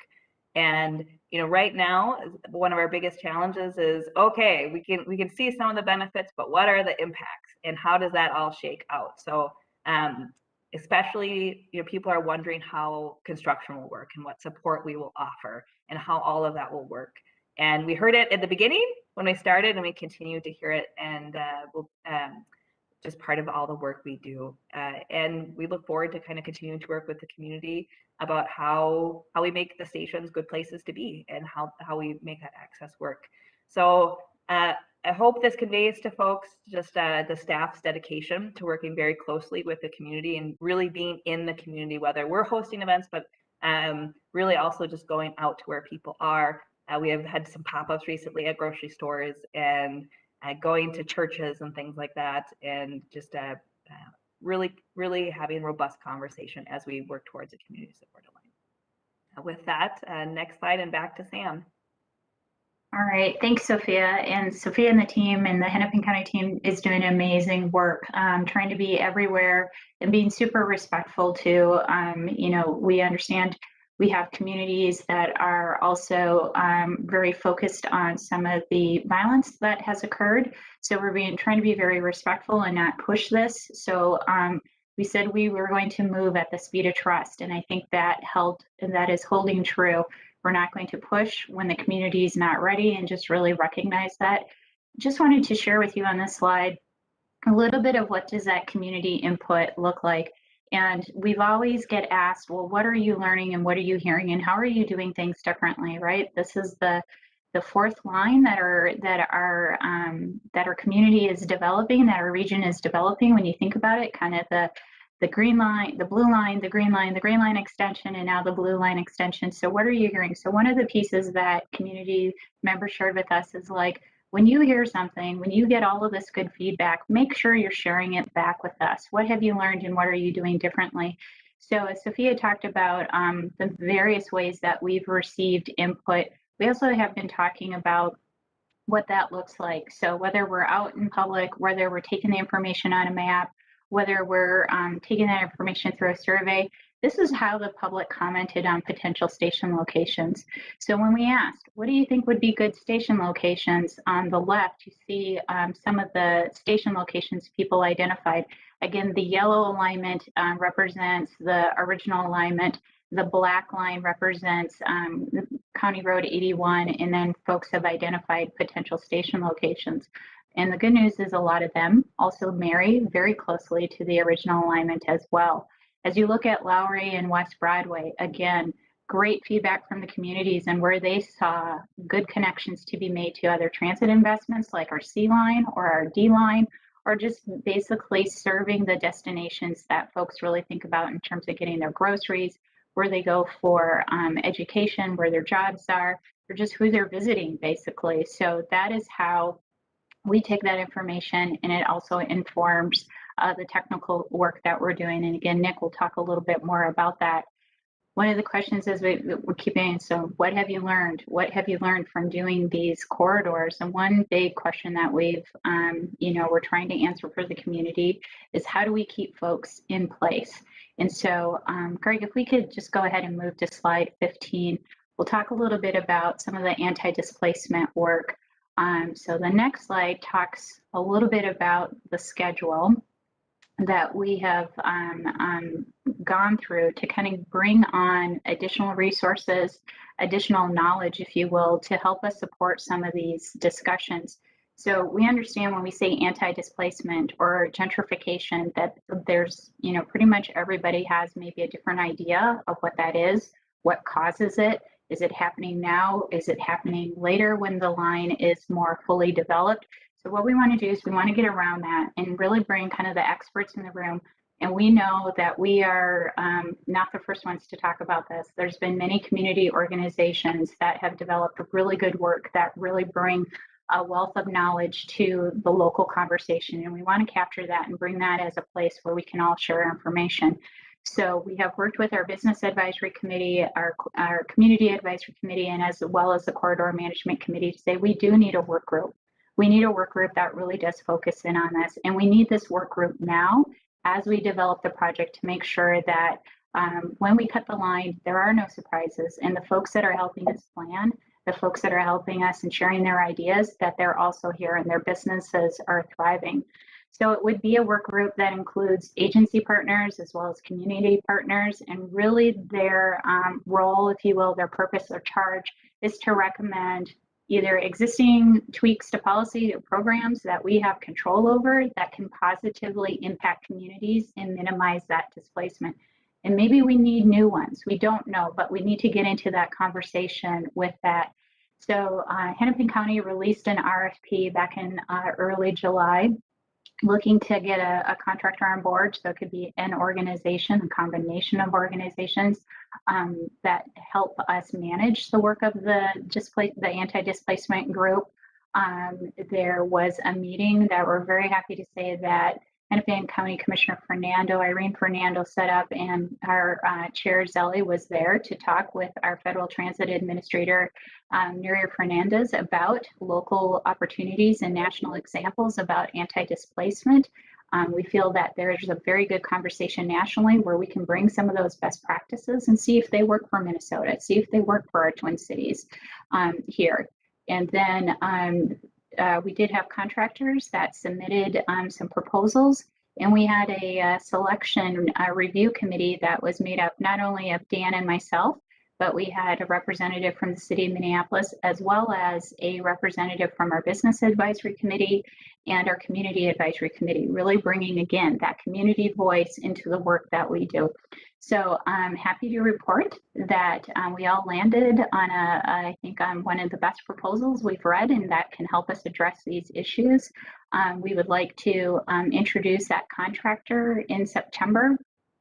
Just a little bit more work needs to be done to get them under contract, but our hope is that pretty quickly here we will be beginning this work and really begin to answer and kind of dig into a lot of what we also feel is not only some concerns but anxiety about some of our community members, so they can really truly participate in our process here. So Dan, I would just also offer up, I know the county has just been super supportive of this and has just been a strong partner in this area. Well, I think what's key here, Sam and Chair and members of the committee, is that major transit improvement projects like LRT projects or BRT projects are extremely transformational. They're big projects and they have large impacts on the community. And it's very important for this particular project, for all of them, and this one in particular, that we develop and build an LRT project that is for the communities in which we're building it, not built through them, and that they are not impacted and that we're not doing things to them, but for them and with them. And so to that end, it's just extremely important. And we believe we're being very cutting edge in putting in place an ability to discuss key topics like displacement and gentrification and how we keep people in their homes, businesses in their buildings, rents from driving people away, and how we build this line in this very critical and important piece and part of our communities in order to really serve them as well. And so we hope then that by forming this anti-displacement working group, that they are able to recommend policies and procedures that are implementable by the cities and the county and Metro Transit and Met Council and maybe the state and other entities that can help us. And maybe we can access funding via foundations and local governments and any other number of areas to help implement those things. We want to help businesses get through construction. We want to make sure that if you own a business and you want to stay, that you're able to stay and be part of this very important improvement. And so that's part of what we hope to do with this group. It's exciting. It's a big deal. It's important. And as important as the engineering and all the pieces that go into implementing a project like this. All right. Thank you, Dan. And we've just been very much supported by community members in how we do this work. I would also say that as part of the anti-displacement work, the original project did make investments or planned investments along the corridor, particularly in our communities in the Harrison neighborhood and Heritage Park. So as we looked at the original alignment as it went along Olson Memorial Way before it entered the Burlington Northern Corridor, there were some safety improvements as part of that project. There were definitely connection improvements for folks that want to travel north and south through there, not just the east and west. And so we hear that and we continue to work on that with our group that we have today, but then also with the anti-displacement working group is like, those were investments that community members were hoping to be made as part of this project. Now that we've took a little bit of a turn, how can we still honor that? And how can we still bring that to the conversation? So maybe not part of this project, but how can our role as facilitator still make those investments happen? So that is also what our anti-displacement working group will be looking at too. So we want to get in and show and share with you a little bit of what community members are seeing in terms of light rail and what it might look like. So if we move to slide 17, Greg, the next slide after this, Nick Landwehr is going to share with us a little bit about what these routes look like, and then also how we're just sort of refining them. So we'll have Nick actually start us out at the northern end at Brooklyn Park here, and we'll kind of take a tour throughout kind of his presentation. So with that, Nick, I'll turn this over to you. All right, thank you, Sam, and thank you, Chair and council members. After our pivot a year ago, our team rolled up our sleeves. We started communicating with the communities and working with our project partners to determine, what are our options? How do we mitigate for that loss of being able to use the freight rail corridor?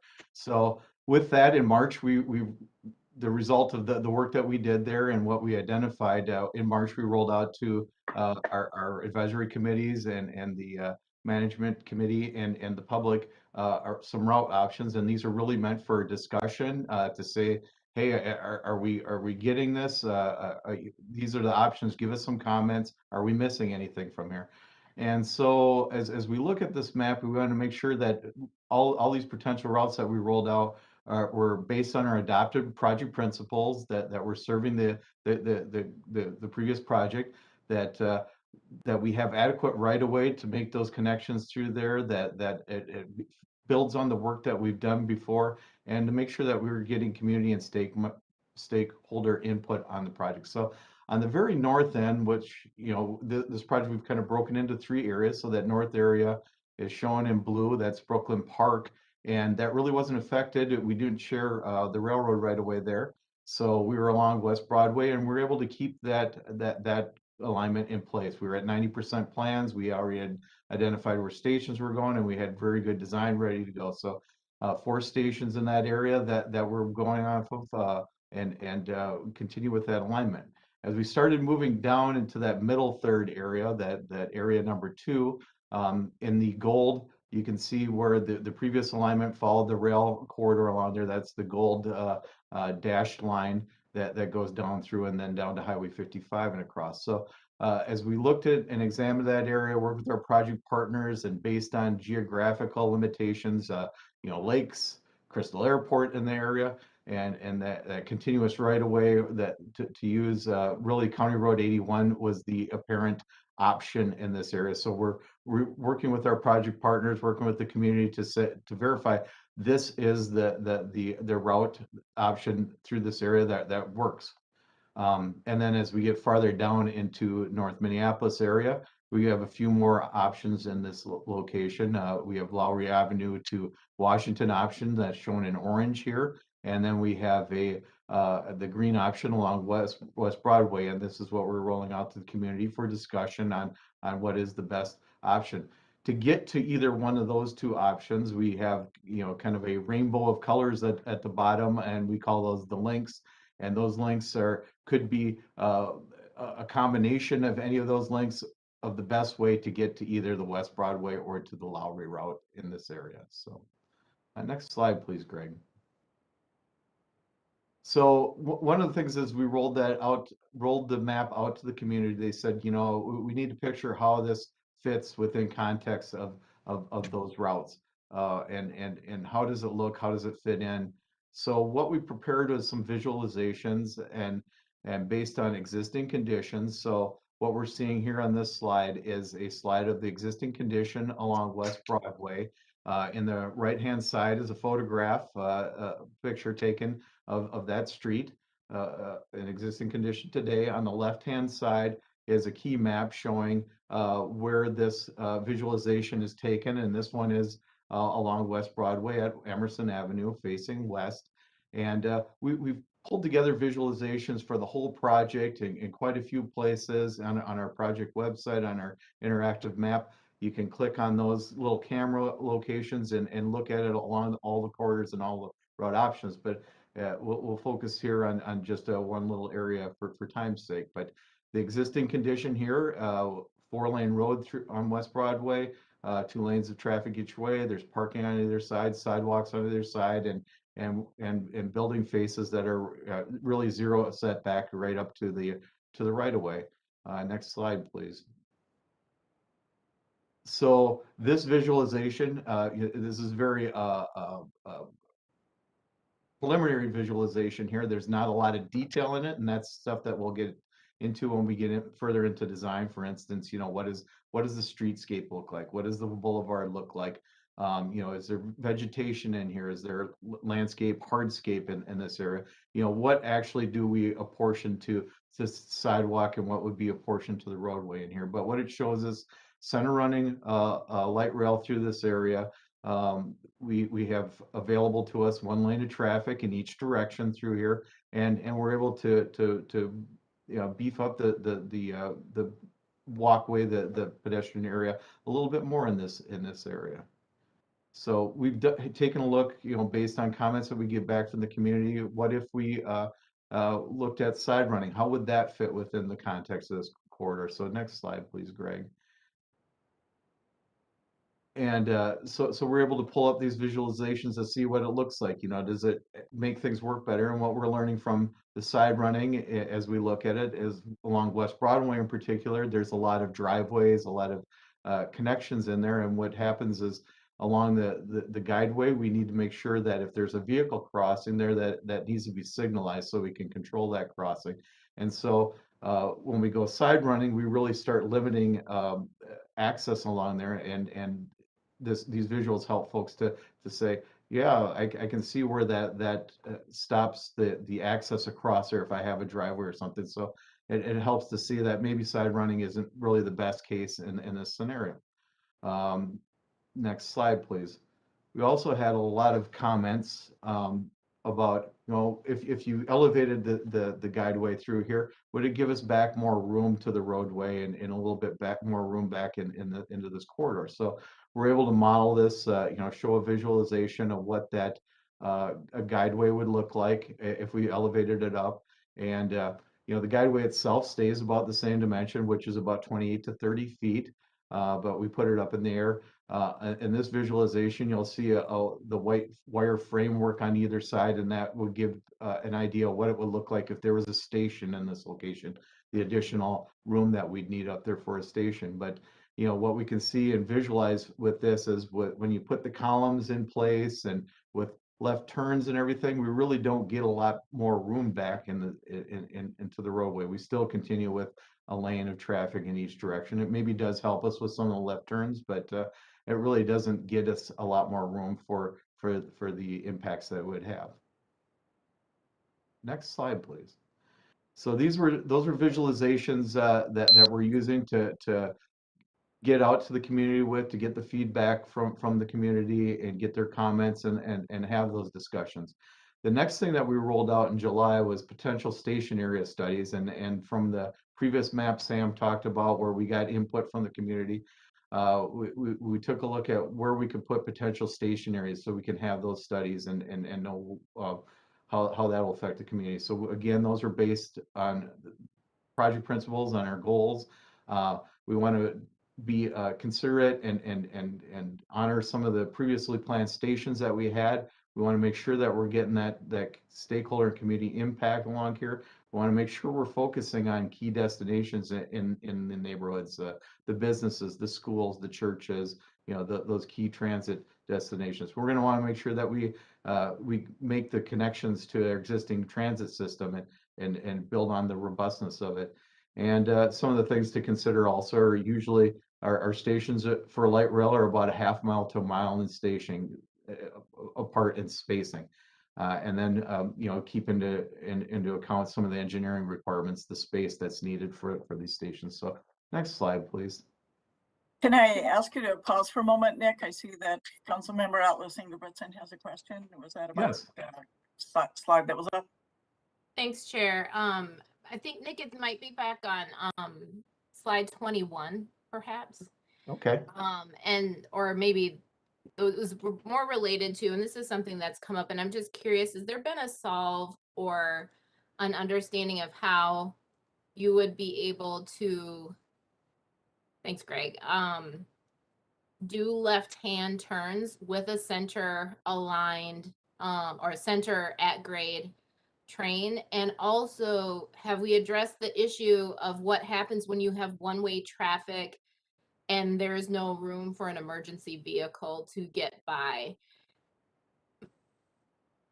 Yes, Chair and Councilmember Engelbretson. Yes, those are some key things that we're evaluating as we're looking at these alignments, how we get those left turn lanes in there. If we have a signalized intersection, we know we need to put a left turn lane at that intersection. So we're evaluating, what intersections would become signalized, where those left turns come in. We know that those left turns will add to impacts. So, what would those impacts be and how can we mitigate for them? So that's something that as a design team and project partners, we're evaluating right now. And we want to bring those out to the community as soon as possible so we can get the feedback on that. I'm trying to remember the last half of your question. Was related to how would we deal with the need for emergency vehicles to get through if there's only one lane of traffic and there's not the room for a vehicle to move over to allow for an emergency vehicle to get through? Yeah, and that's something that we're also working with the design teams about, what is that space that we need, so we can get vehicles to pull over to get the emergency vehicles past them. So we're trying to determine how to handle that within either the existing lane or, are there other things, can that emergency vehicle maybe, bump up in certain locations onto that guideway? Dan? Okay, so at this point, those things haven't been solved for. Well, Linnea, sorry, Chair, Councilmember Atlas Ingebretson, there are obviously a couple of different ways you can solve either one. One of them is you can get more space to allow left turn lanes and to allow for passing of vehicles by widening. And in some cases, widening the existing roadway is possible because there's space to do it. And in some cases, there's not. There are buildings right there. And so any widening would require the acquisition of buildings. And so what we're doing is kind of comparing how do we fit in various parts of the corridor, how do we fit everything in to any individual block? Because in some blocks, all we will need is LRT and one lane of traffic. And in some blocks, we will need stations and we will need left turn lanes. And so in that case, we're looking at, is it viable to put LRT on 2 streets and separate it and not put it all on West Broadway? Could we put a one-way pair of a roadway, put LRT on West Broadway or Lowry, and then put traffic on a one-way pair? What about putting LRT on its own alignment? And so each part of the corridor will have to be creative in how we do that. In some cases, buying right away and purchasing property may be the preferred methodology in the community based on what's happening in those blocks and with those properties. And in some blocks, buying right away or acquiring property is going to be absolutely off the table. This property or that property will be what we would call untouchable, if you will. And so depending on how that works, that'll help balance just where. And so we're looking at that in each of these pieces individually so that we can comprehensively understand which method works best and to provide choices for the community to provide input into when they look at those options. Chair, if I could, just a follow-up. Go ahead. So then when do you think we'll see those kinds of things illustrated? I feel like that's so important to show in the community and to identify what are the properties that are going to be untouchable. If engagement's already happening and these things aren't there, that seems to me to be a really important thing. So I'm just wondering, when will you have that information and where does it sit in the engagement kind of pipeline, if you will? Madam Chair, Councilmember Atlas and Ingebretson, I can take that, and then I think the team can also. So we hear that, right? It's we need to get some more details out to community members. So as we look to September and October, that really is going to be bringing out a lot of that detail. We actually want to think about designing some workshops with community members. If they're interested to sit down with us, to kind of roll up our sleeves and go through and talk about what are those community assets that we've heard that are going to be protected, what community assets may be impacted, but let's talk a little bit about what that might mean in terms of impacts of this as well. So it's that next layer that we need to go down, and our thought is to start having those conversations in September and in October. Thank you. Do you want to continue on, Nick? Yes, Chair. So can we go back to slide, I believe we're on slide 24, Greg. So I guess I think we're actually 23, but as we looked at proposed station areas, again, in Brooklyn Park along West Broadway, our design is already there. We know where those station locations are. And then if we go to the next slide, as we get down into that area too, we want to be consider the stations that we'd already planned along here. So we can see along here that we had a station at 63rd and a station at Bass Lake Road, and we're able to, with the County Road 81 being right next to the railroad right away in that location, we can kind of shift our location over a little bit and still honor those station locations.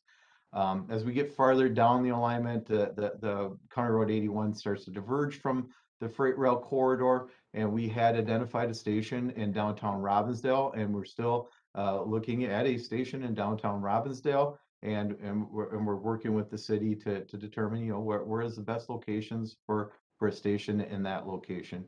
One of the opportunities that we get as we get down to the bottom of that black line is North Memorial Hospital is now along this alignment, and this is a key destination that had been brought up previously of how to serve that with our previous alignment, and this is an opportunity there to serve that.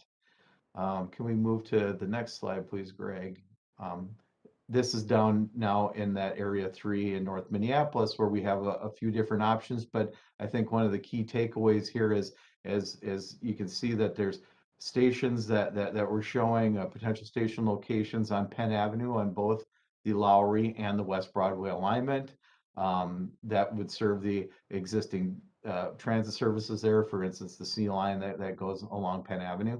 The same thing with the Emerson Fremont area there. We on both the West Broadway and the Lowry alignment, we're showing potential station locations that would make connections with the D line that's being under construction at this time. And then we also show some additional stations along that Lowry route. Potentially a station up at Lowry and Washington Avenue that could serve a upper harbor terminal development through there. And then if we were going down Washington Avenue, that maybe a station location at West Broadway would make sense to pick up the transit services that are going along West Broadway. And then as we move down farther along that green line, if we were to follow the green line up to West Broadway alignment, there's a good potential for a station at Plymouth Avenue that would serve some of the educational and technical locations along that corridor, as well as going back to Lowry. If we were on a Lowry alignment, could we put a station in along that 10th Avenue alignment that would serve the North Loop area? So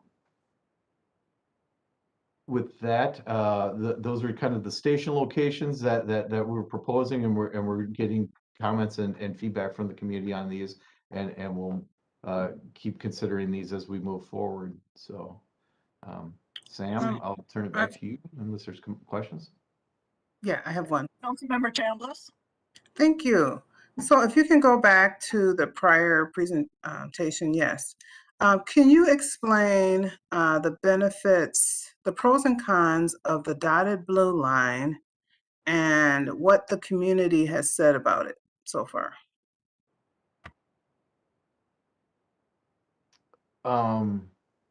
The pro Chair Councilmember Chambliss, the dotted blue line, the link on this map is what you're referring to? It is, yes. Okay, yeah, and as we talk about some of these links, as we're calling them, some of these links are options or available right away that would be along there for consideration. And truthfully, that dotted blue line really, as shown here, kind of skirts along the west side of I-94, And we really haven't had a lot of feedback on that alignment right now, because I think one of the thoughts is it kind of starts pulling away from the community. You know, it's pushed more towards the interstate instead of being in the community and serving the community a little bit better. So really not a lot of feedback on that alignment. Okay. Yes, and then my follow-up question would be, at what point would some of these alternatives start coming off of the map for more clarity? Yes, the alternatives will as we're working internally with our project partners and evaluating what the impacts are, you know, working with the city of Minneapolis, working with Hennepin County, working with MnDOT, and listening to the community. I think these options will start really thinning down, but it really is it's gonna matter on which route alignment, Lowry or West Broadway, that we would go forward with. And that will be, you know, that'll begin to roll out with the evaluation in our report that will be in November timeframe. Councilmember Chambliss? Okay, so sorry. So based on what I'm hearing is that if, for example, one of these other routes, the Lowry route or the West Broadway route, does not pan out, then that area around 94 is being evaluated to a certain degree. Is that correct? I guess the question would be, the routes are really to make that connection with, or the links are to make a connection with the routes. So as we move forward, we go forward with the route. You know, some of the links could be a combination of those links, and how it gets over 94, and then how it serves the community best. So, you know, for instance, there could be, you know, it's likely that as we're looking at it, that 7th to Lindale would probably be a good option. But then how do we get to Lowry? You know, is how do we get to maybe 10th to Washington? We're starting to focus in a little bit more on how those would work together and serve that community and alignment. And Madam Chair, Councilmember Chambliss, the good news is we don't have to decide right now. We still have some flexibility in our process, but we wanted to share with the communities what are some possibilities there. So as Nick said, that really what we're looking is, do we feel like we have enough support for either a Lowry route or a West Broadway route? And then some of those links make a little bit more sense because we're able to connect to some better destinations, kind of really think about the whole transit trip and what makes sense there. So some of them will fall away like Nick says, but then we'll have to go a little deeper and do the analysis of what links really do make more sense and kind of keep the whole project moving forward as well, and then balancing who we're serving too. Thank you for that. Okay, thank you, Nick. Madam Chair, I will keep us moving. I know there's probably some more questions and comments. So where do we go from here, right? We've covered a lot of information with you, and thank you for your time. You've been so gracious with it, but wanted to share kind of where we've been and where we need to go. And so, Greg, if we can move to the next slide, just really just shows that if you think about that first box of the LRT project principles, after we made the announcement back in August, we really moved into that December work, that October, November, December work to make sure we are updating our project principles that really kind of reflect the moment that we're in now and our communities, because again, we are now serving some slightly different neighborhoods here, and we wanted to make sure those voices were coming into the process as we move forward. So we developed those initial routes for consideration. We're working on our evaluation on what that is. We're refining that with the input that we're receiving from community members in terms of where those stations make sense for connections and for getting folks access to the things that make life kind of worth living and being in this region. And so we're really kind of sitting right now at this point of bringing all of that information together and sort of moving forward. So what does that look like? So our hope is, as we talk about and as we shared with you, that we still need some more technical work that needs to be done. And this is really kind of emanating out of the community feedback that we're receiving with the potential station locations and kind of what does LRT look like on Lowry? or what does LRT look like through Robbinsdale or on West Broadway? So that is eliciting more feedback and definitely more questions from the community. And we want to get those answered in September, in October, so folks understand kind of where we're going, and that that really begins to kind of set this for community members. So our hope is that in November, that we will come out with a draft report that really kind of takes all those project principles, the criteria, and meets the goals, and say, if we were to look at West Broadway, if we were to look at to Lowry, and we want to know, and then also 81, the modifications to that, does this project really hold up, and really give that information to the community to understand, to sit with. We'll ramp up again very intensely with our community outreach. So if we go to the next slide, Greg, just want to talk a little bit about what that report would look like. So really summarize a lot of the work that we've done, talk about what we've learned and what we heard from the public engagement, really apply those principles and those criteria to the route, and open that up for feedback. Does this make sense? Is this what folks understand this project to be, and understand, beginning to articulate what the benefits are, as well as some of the impacts? The initial draft report that we would hope to release in November, we would have like a 45-day comment period as well. So allowing folks to really take that in, digest it, come back to us, and have us talk about the report, really get into the recommendations at that point. We'll bring that back in. We will continue to meet, of course, through all the way through with our advisory committees, and then produce a final report after that 45 days and bring that back out to communities and say, this one has a recommendation. So we had all the technical information in the first draft. We received your feedback from all of our communities. And then this is what we feel that can be supported as a community supported alignment, the one that really best meets the needs, the goals, and the principles set forward for this project. So that is our hope. This is still the beginning of a very long process, as everybody around this virtual table knows. When we develop these transformative projects, we want to stay in the FTA queue, obviously very important. We are in engineering now. We want to keep that moving forward. So for us to get a community supported alignment is still the beginning of a process. And Greg, if we can move to the next slide, we'll talk a little bit more what that is. So that kind of that first year is getting that that community supported route that we can move into the environmental review. And the environmental review, for I think a lot of folks know, we can dig deeper, we get into more design, we get into more engineering, we understand impacts and benefits a lot more. And that will be a 1.5 to 2 year process. That is also, at that time, we would be seeking municipal consent with our communities as well.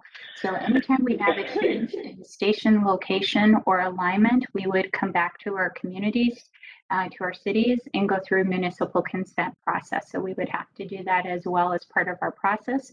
All along, continue to develop our engineering. Really looking forward to getting our kind of amended record of decision. And then that allows us to start doing some of those pre-construction activities, right? Like purchasing the right of way, getting our contracts going so we can have construction. And if everything lines up really nicely, and that would be our hope, and that is our goal that we're hoping, is that we can potentially have kind of this fourth leg of our light rail system opening in 2028 or our goal. Again, we know that there's risk at every point of this project as well, right? Because we still have a federal partner that we need to engage. We still have our environmental work that we need to do. We still have a lot of work to go forward. I can say, speaking for Dan talked about our Federal Transit Administration, we do have quarterly meetings with the leadership here in Region 5, and also some of the staff from Washington, D.C. attends that. So they're very aware of our process, ask us questions of how we're doing, and we share both the technical and, of course, where we are with the community supported alignment and how that's coming together. So we're very confident that we have a good relationship in our federal partner, but just want to also underscore that these projects are long, they are complex, but our hope is that we are being transparent and we're opening for everybody to see this process as well. Have one more slide, and I would be remiss if I did not share for everybody to just how they can stay in touch. And this is more for our public members that are watching. Our Blue Line EXT website is really the repository for really good information. Everything that you've heard tonight, everything that we referenced in the past, you're going to find it on our website. You're also going to know how our community members talking about this, how our business community members are talking about this as we host those meetings, and folks can view those live. They can get the handouts from the presentations and they can see the comments. So you don't have to take our word for it. You can actually hear directly from the community members and how they're feeling about it. Please, please, please sign up for Gov Delivery updates. As things change with COVID-19, we want to just make sure we're connected. So whether we're meeting in person with you or we're meeting virtually, we want to make sure we're connected. So Gov Delivery is a really good way to do that. If not, everybody got to meet Sophia, and she's amazing, and she has an amazing team, and that includes our Hennepin County partners too. And we're happy to be where you are as well. And just one last plug, please follow us on social media as well. And you see our Twitter and our Facebook handles with that. So with that, Madam Chair, thank you. And we're so happy to stand for any additional questions or comments. Oh, thank you so much, Sam, Dan, Sophia, Nick. This was a great overview, and clearly there'll be periodic updates that keep us all up to speed, which is really important. We all need to know what's going on. But in the meantime, as you said, Sam, you're open for questions and comments. And so hopefully our council members, as they come up, will continue to reach out. We have run over time. Are there questions that are pressing that need to be asked right now? Lene, I see your hand. Is that up, or is that up from before? That's up from before. Councilmember Johnson, do you have a quick question or comment? Yeah, thank you, Madam Chair. I know we have these deadlines, but sometimes, and I appreciate that a lot. Sometimes, we just get into these topics where, we have to cut short, and it's really to benefit the council members. So please bear with me. So I know that City of Maple Grove has communicated with the Met Council that they are interested in possibly a spur from this Blue Line extension. So I want to stay on track with that effort and find out if that's a possibility. The original routes, before we even landed on the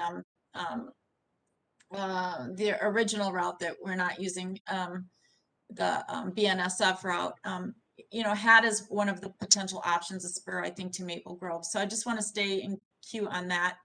And second of all, this is a huge undertaking. I saw what happened, on the Green Line through St. Paul, down University. Broadway's even tighter. I know these are very disruptive to neighborhoods and people. And so I'm so thrilled you're doing all this community input, but and I know it'll go forward, I know that, and it should, but the disruption to especially corridors that have had major improvements recently, and a lot of money spent in those corridors that are going to be disruptive. So for example, 81 and Broadway, some of those, we're going to be ripping up money that was just invested. So I hope as a council that once it's built, we can afford to operate it, going forward. I don't know if we've answered that either. So I just want to be on the record that I appreciate all of this great work, awesome team, but I've got concerns, but it's not in my district except for, and if, we can get a spur to Maple Grove and connect them up to their Arbor Lakes community area, I really do want to stay involved in that. So thank you, Madam Chair. Thank you, Council Member. Anybody else have a quick comment or question? Well, again, thank you so much. Madam Chair? Yes. I have my hand raised, but maybe I'm you sorry, I didn't can't see it. see you on my screen. Okay, Councilmember Wolf, please. Thank you, Madam Chair.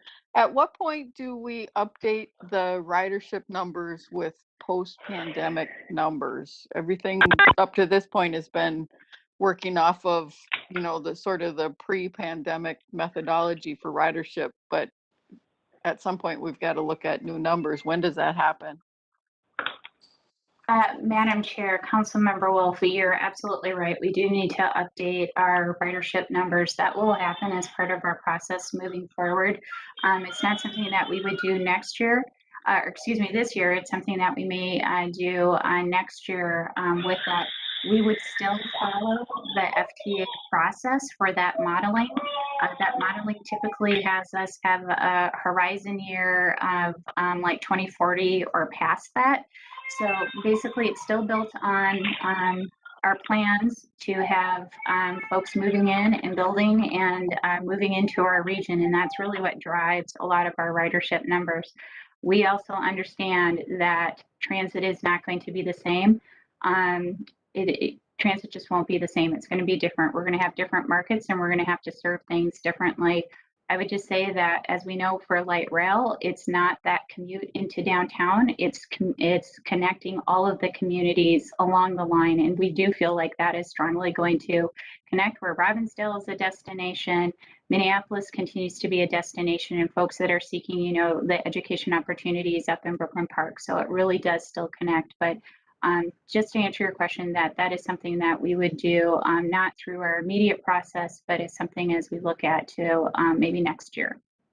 Sam, I would also add, we also need to know just what route we want to do this ridership model on. It does us no good to necessarily run a ridership model against the old route, just to compare with where we would be. So that'll be part of it. That'll be part of it as well. I also want to add, Sam, for Councilmember Johnson, that Commissioner Anderson and I have talked, you know, frequently about the topic of, you know, Maple Grove and what that could mean. So that'll be a piece that we discuss as a project team going forward. So thanks for bringing that up. Thank you. Any other council comments or questions at this point? Again, thank you so much for this rich presentation. It's great to hear what's going on, a lot of activity, and it will be, of course, a very important part of our robust transit system. And I think it's interesting how with each project that we do, be it LRT or transit in any mode, that we take the lessons learned and carry them on and do it better the next time and as we move forward. And I'm really excited to see that. So thank you for all of your hard work and for the entire team that's working on this. So any other questions can be directed directly to staff. And again, thank you. And thank you all for hanging in there a little bit longer. I think a couple of great presentations. And on that note, we are adjourned. Thanks, Chair. Thanks, everyone. Bye, everybody.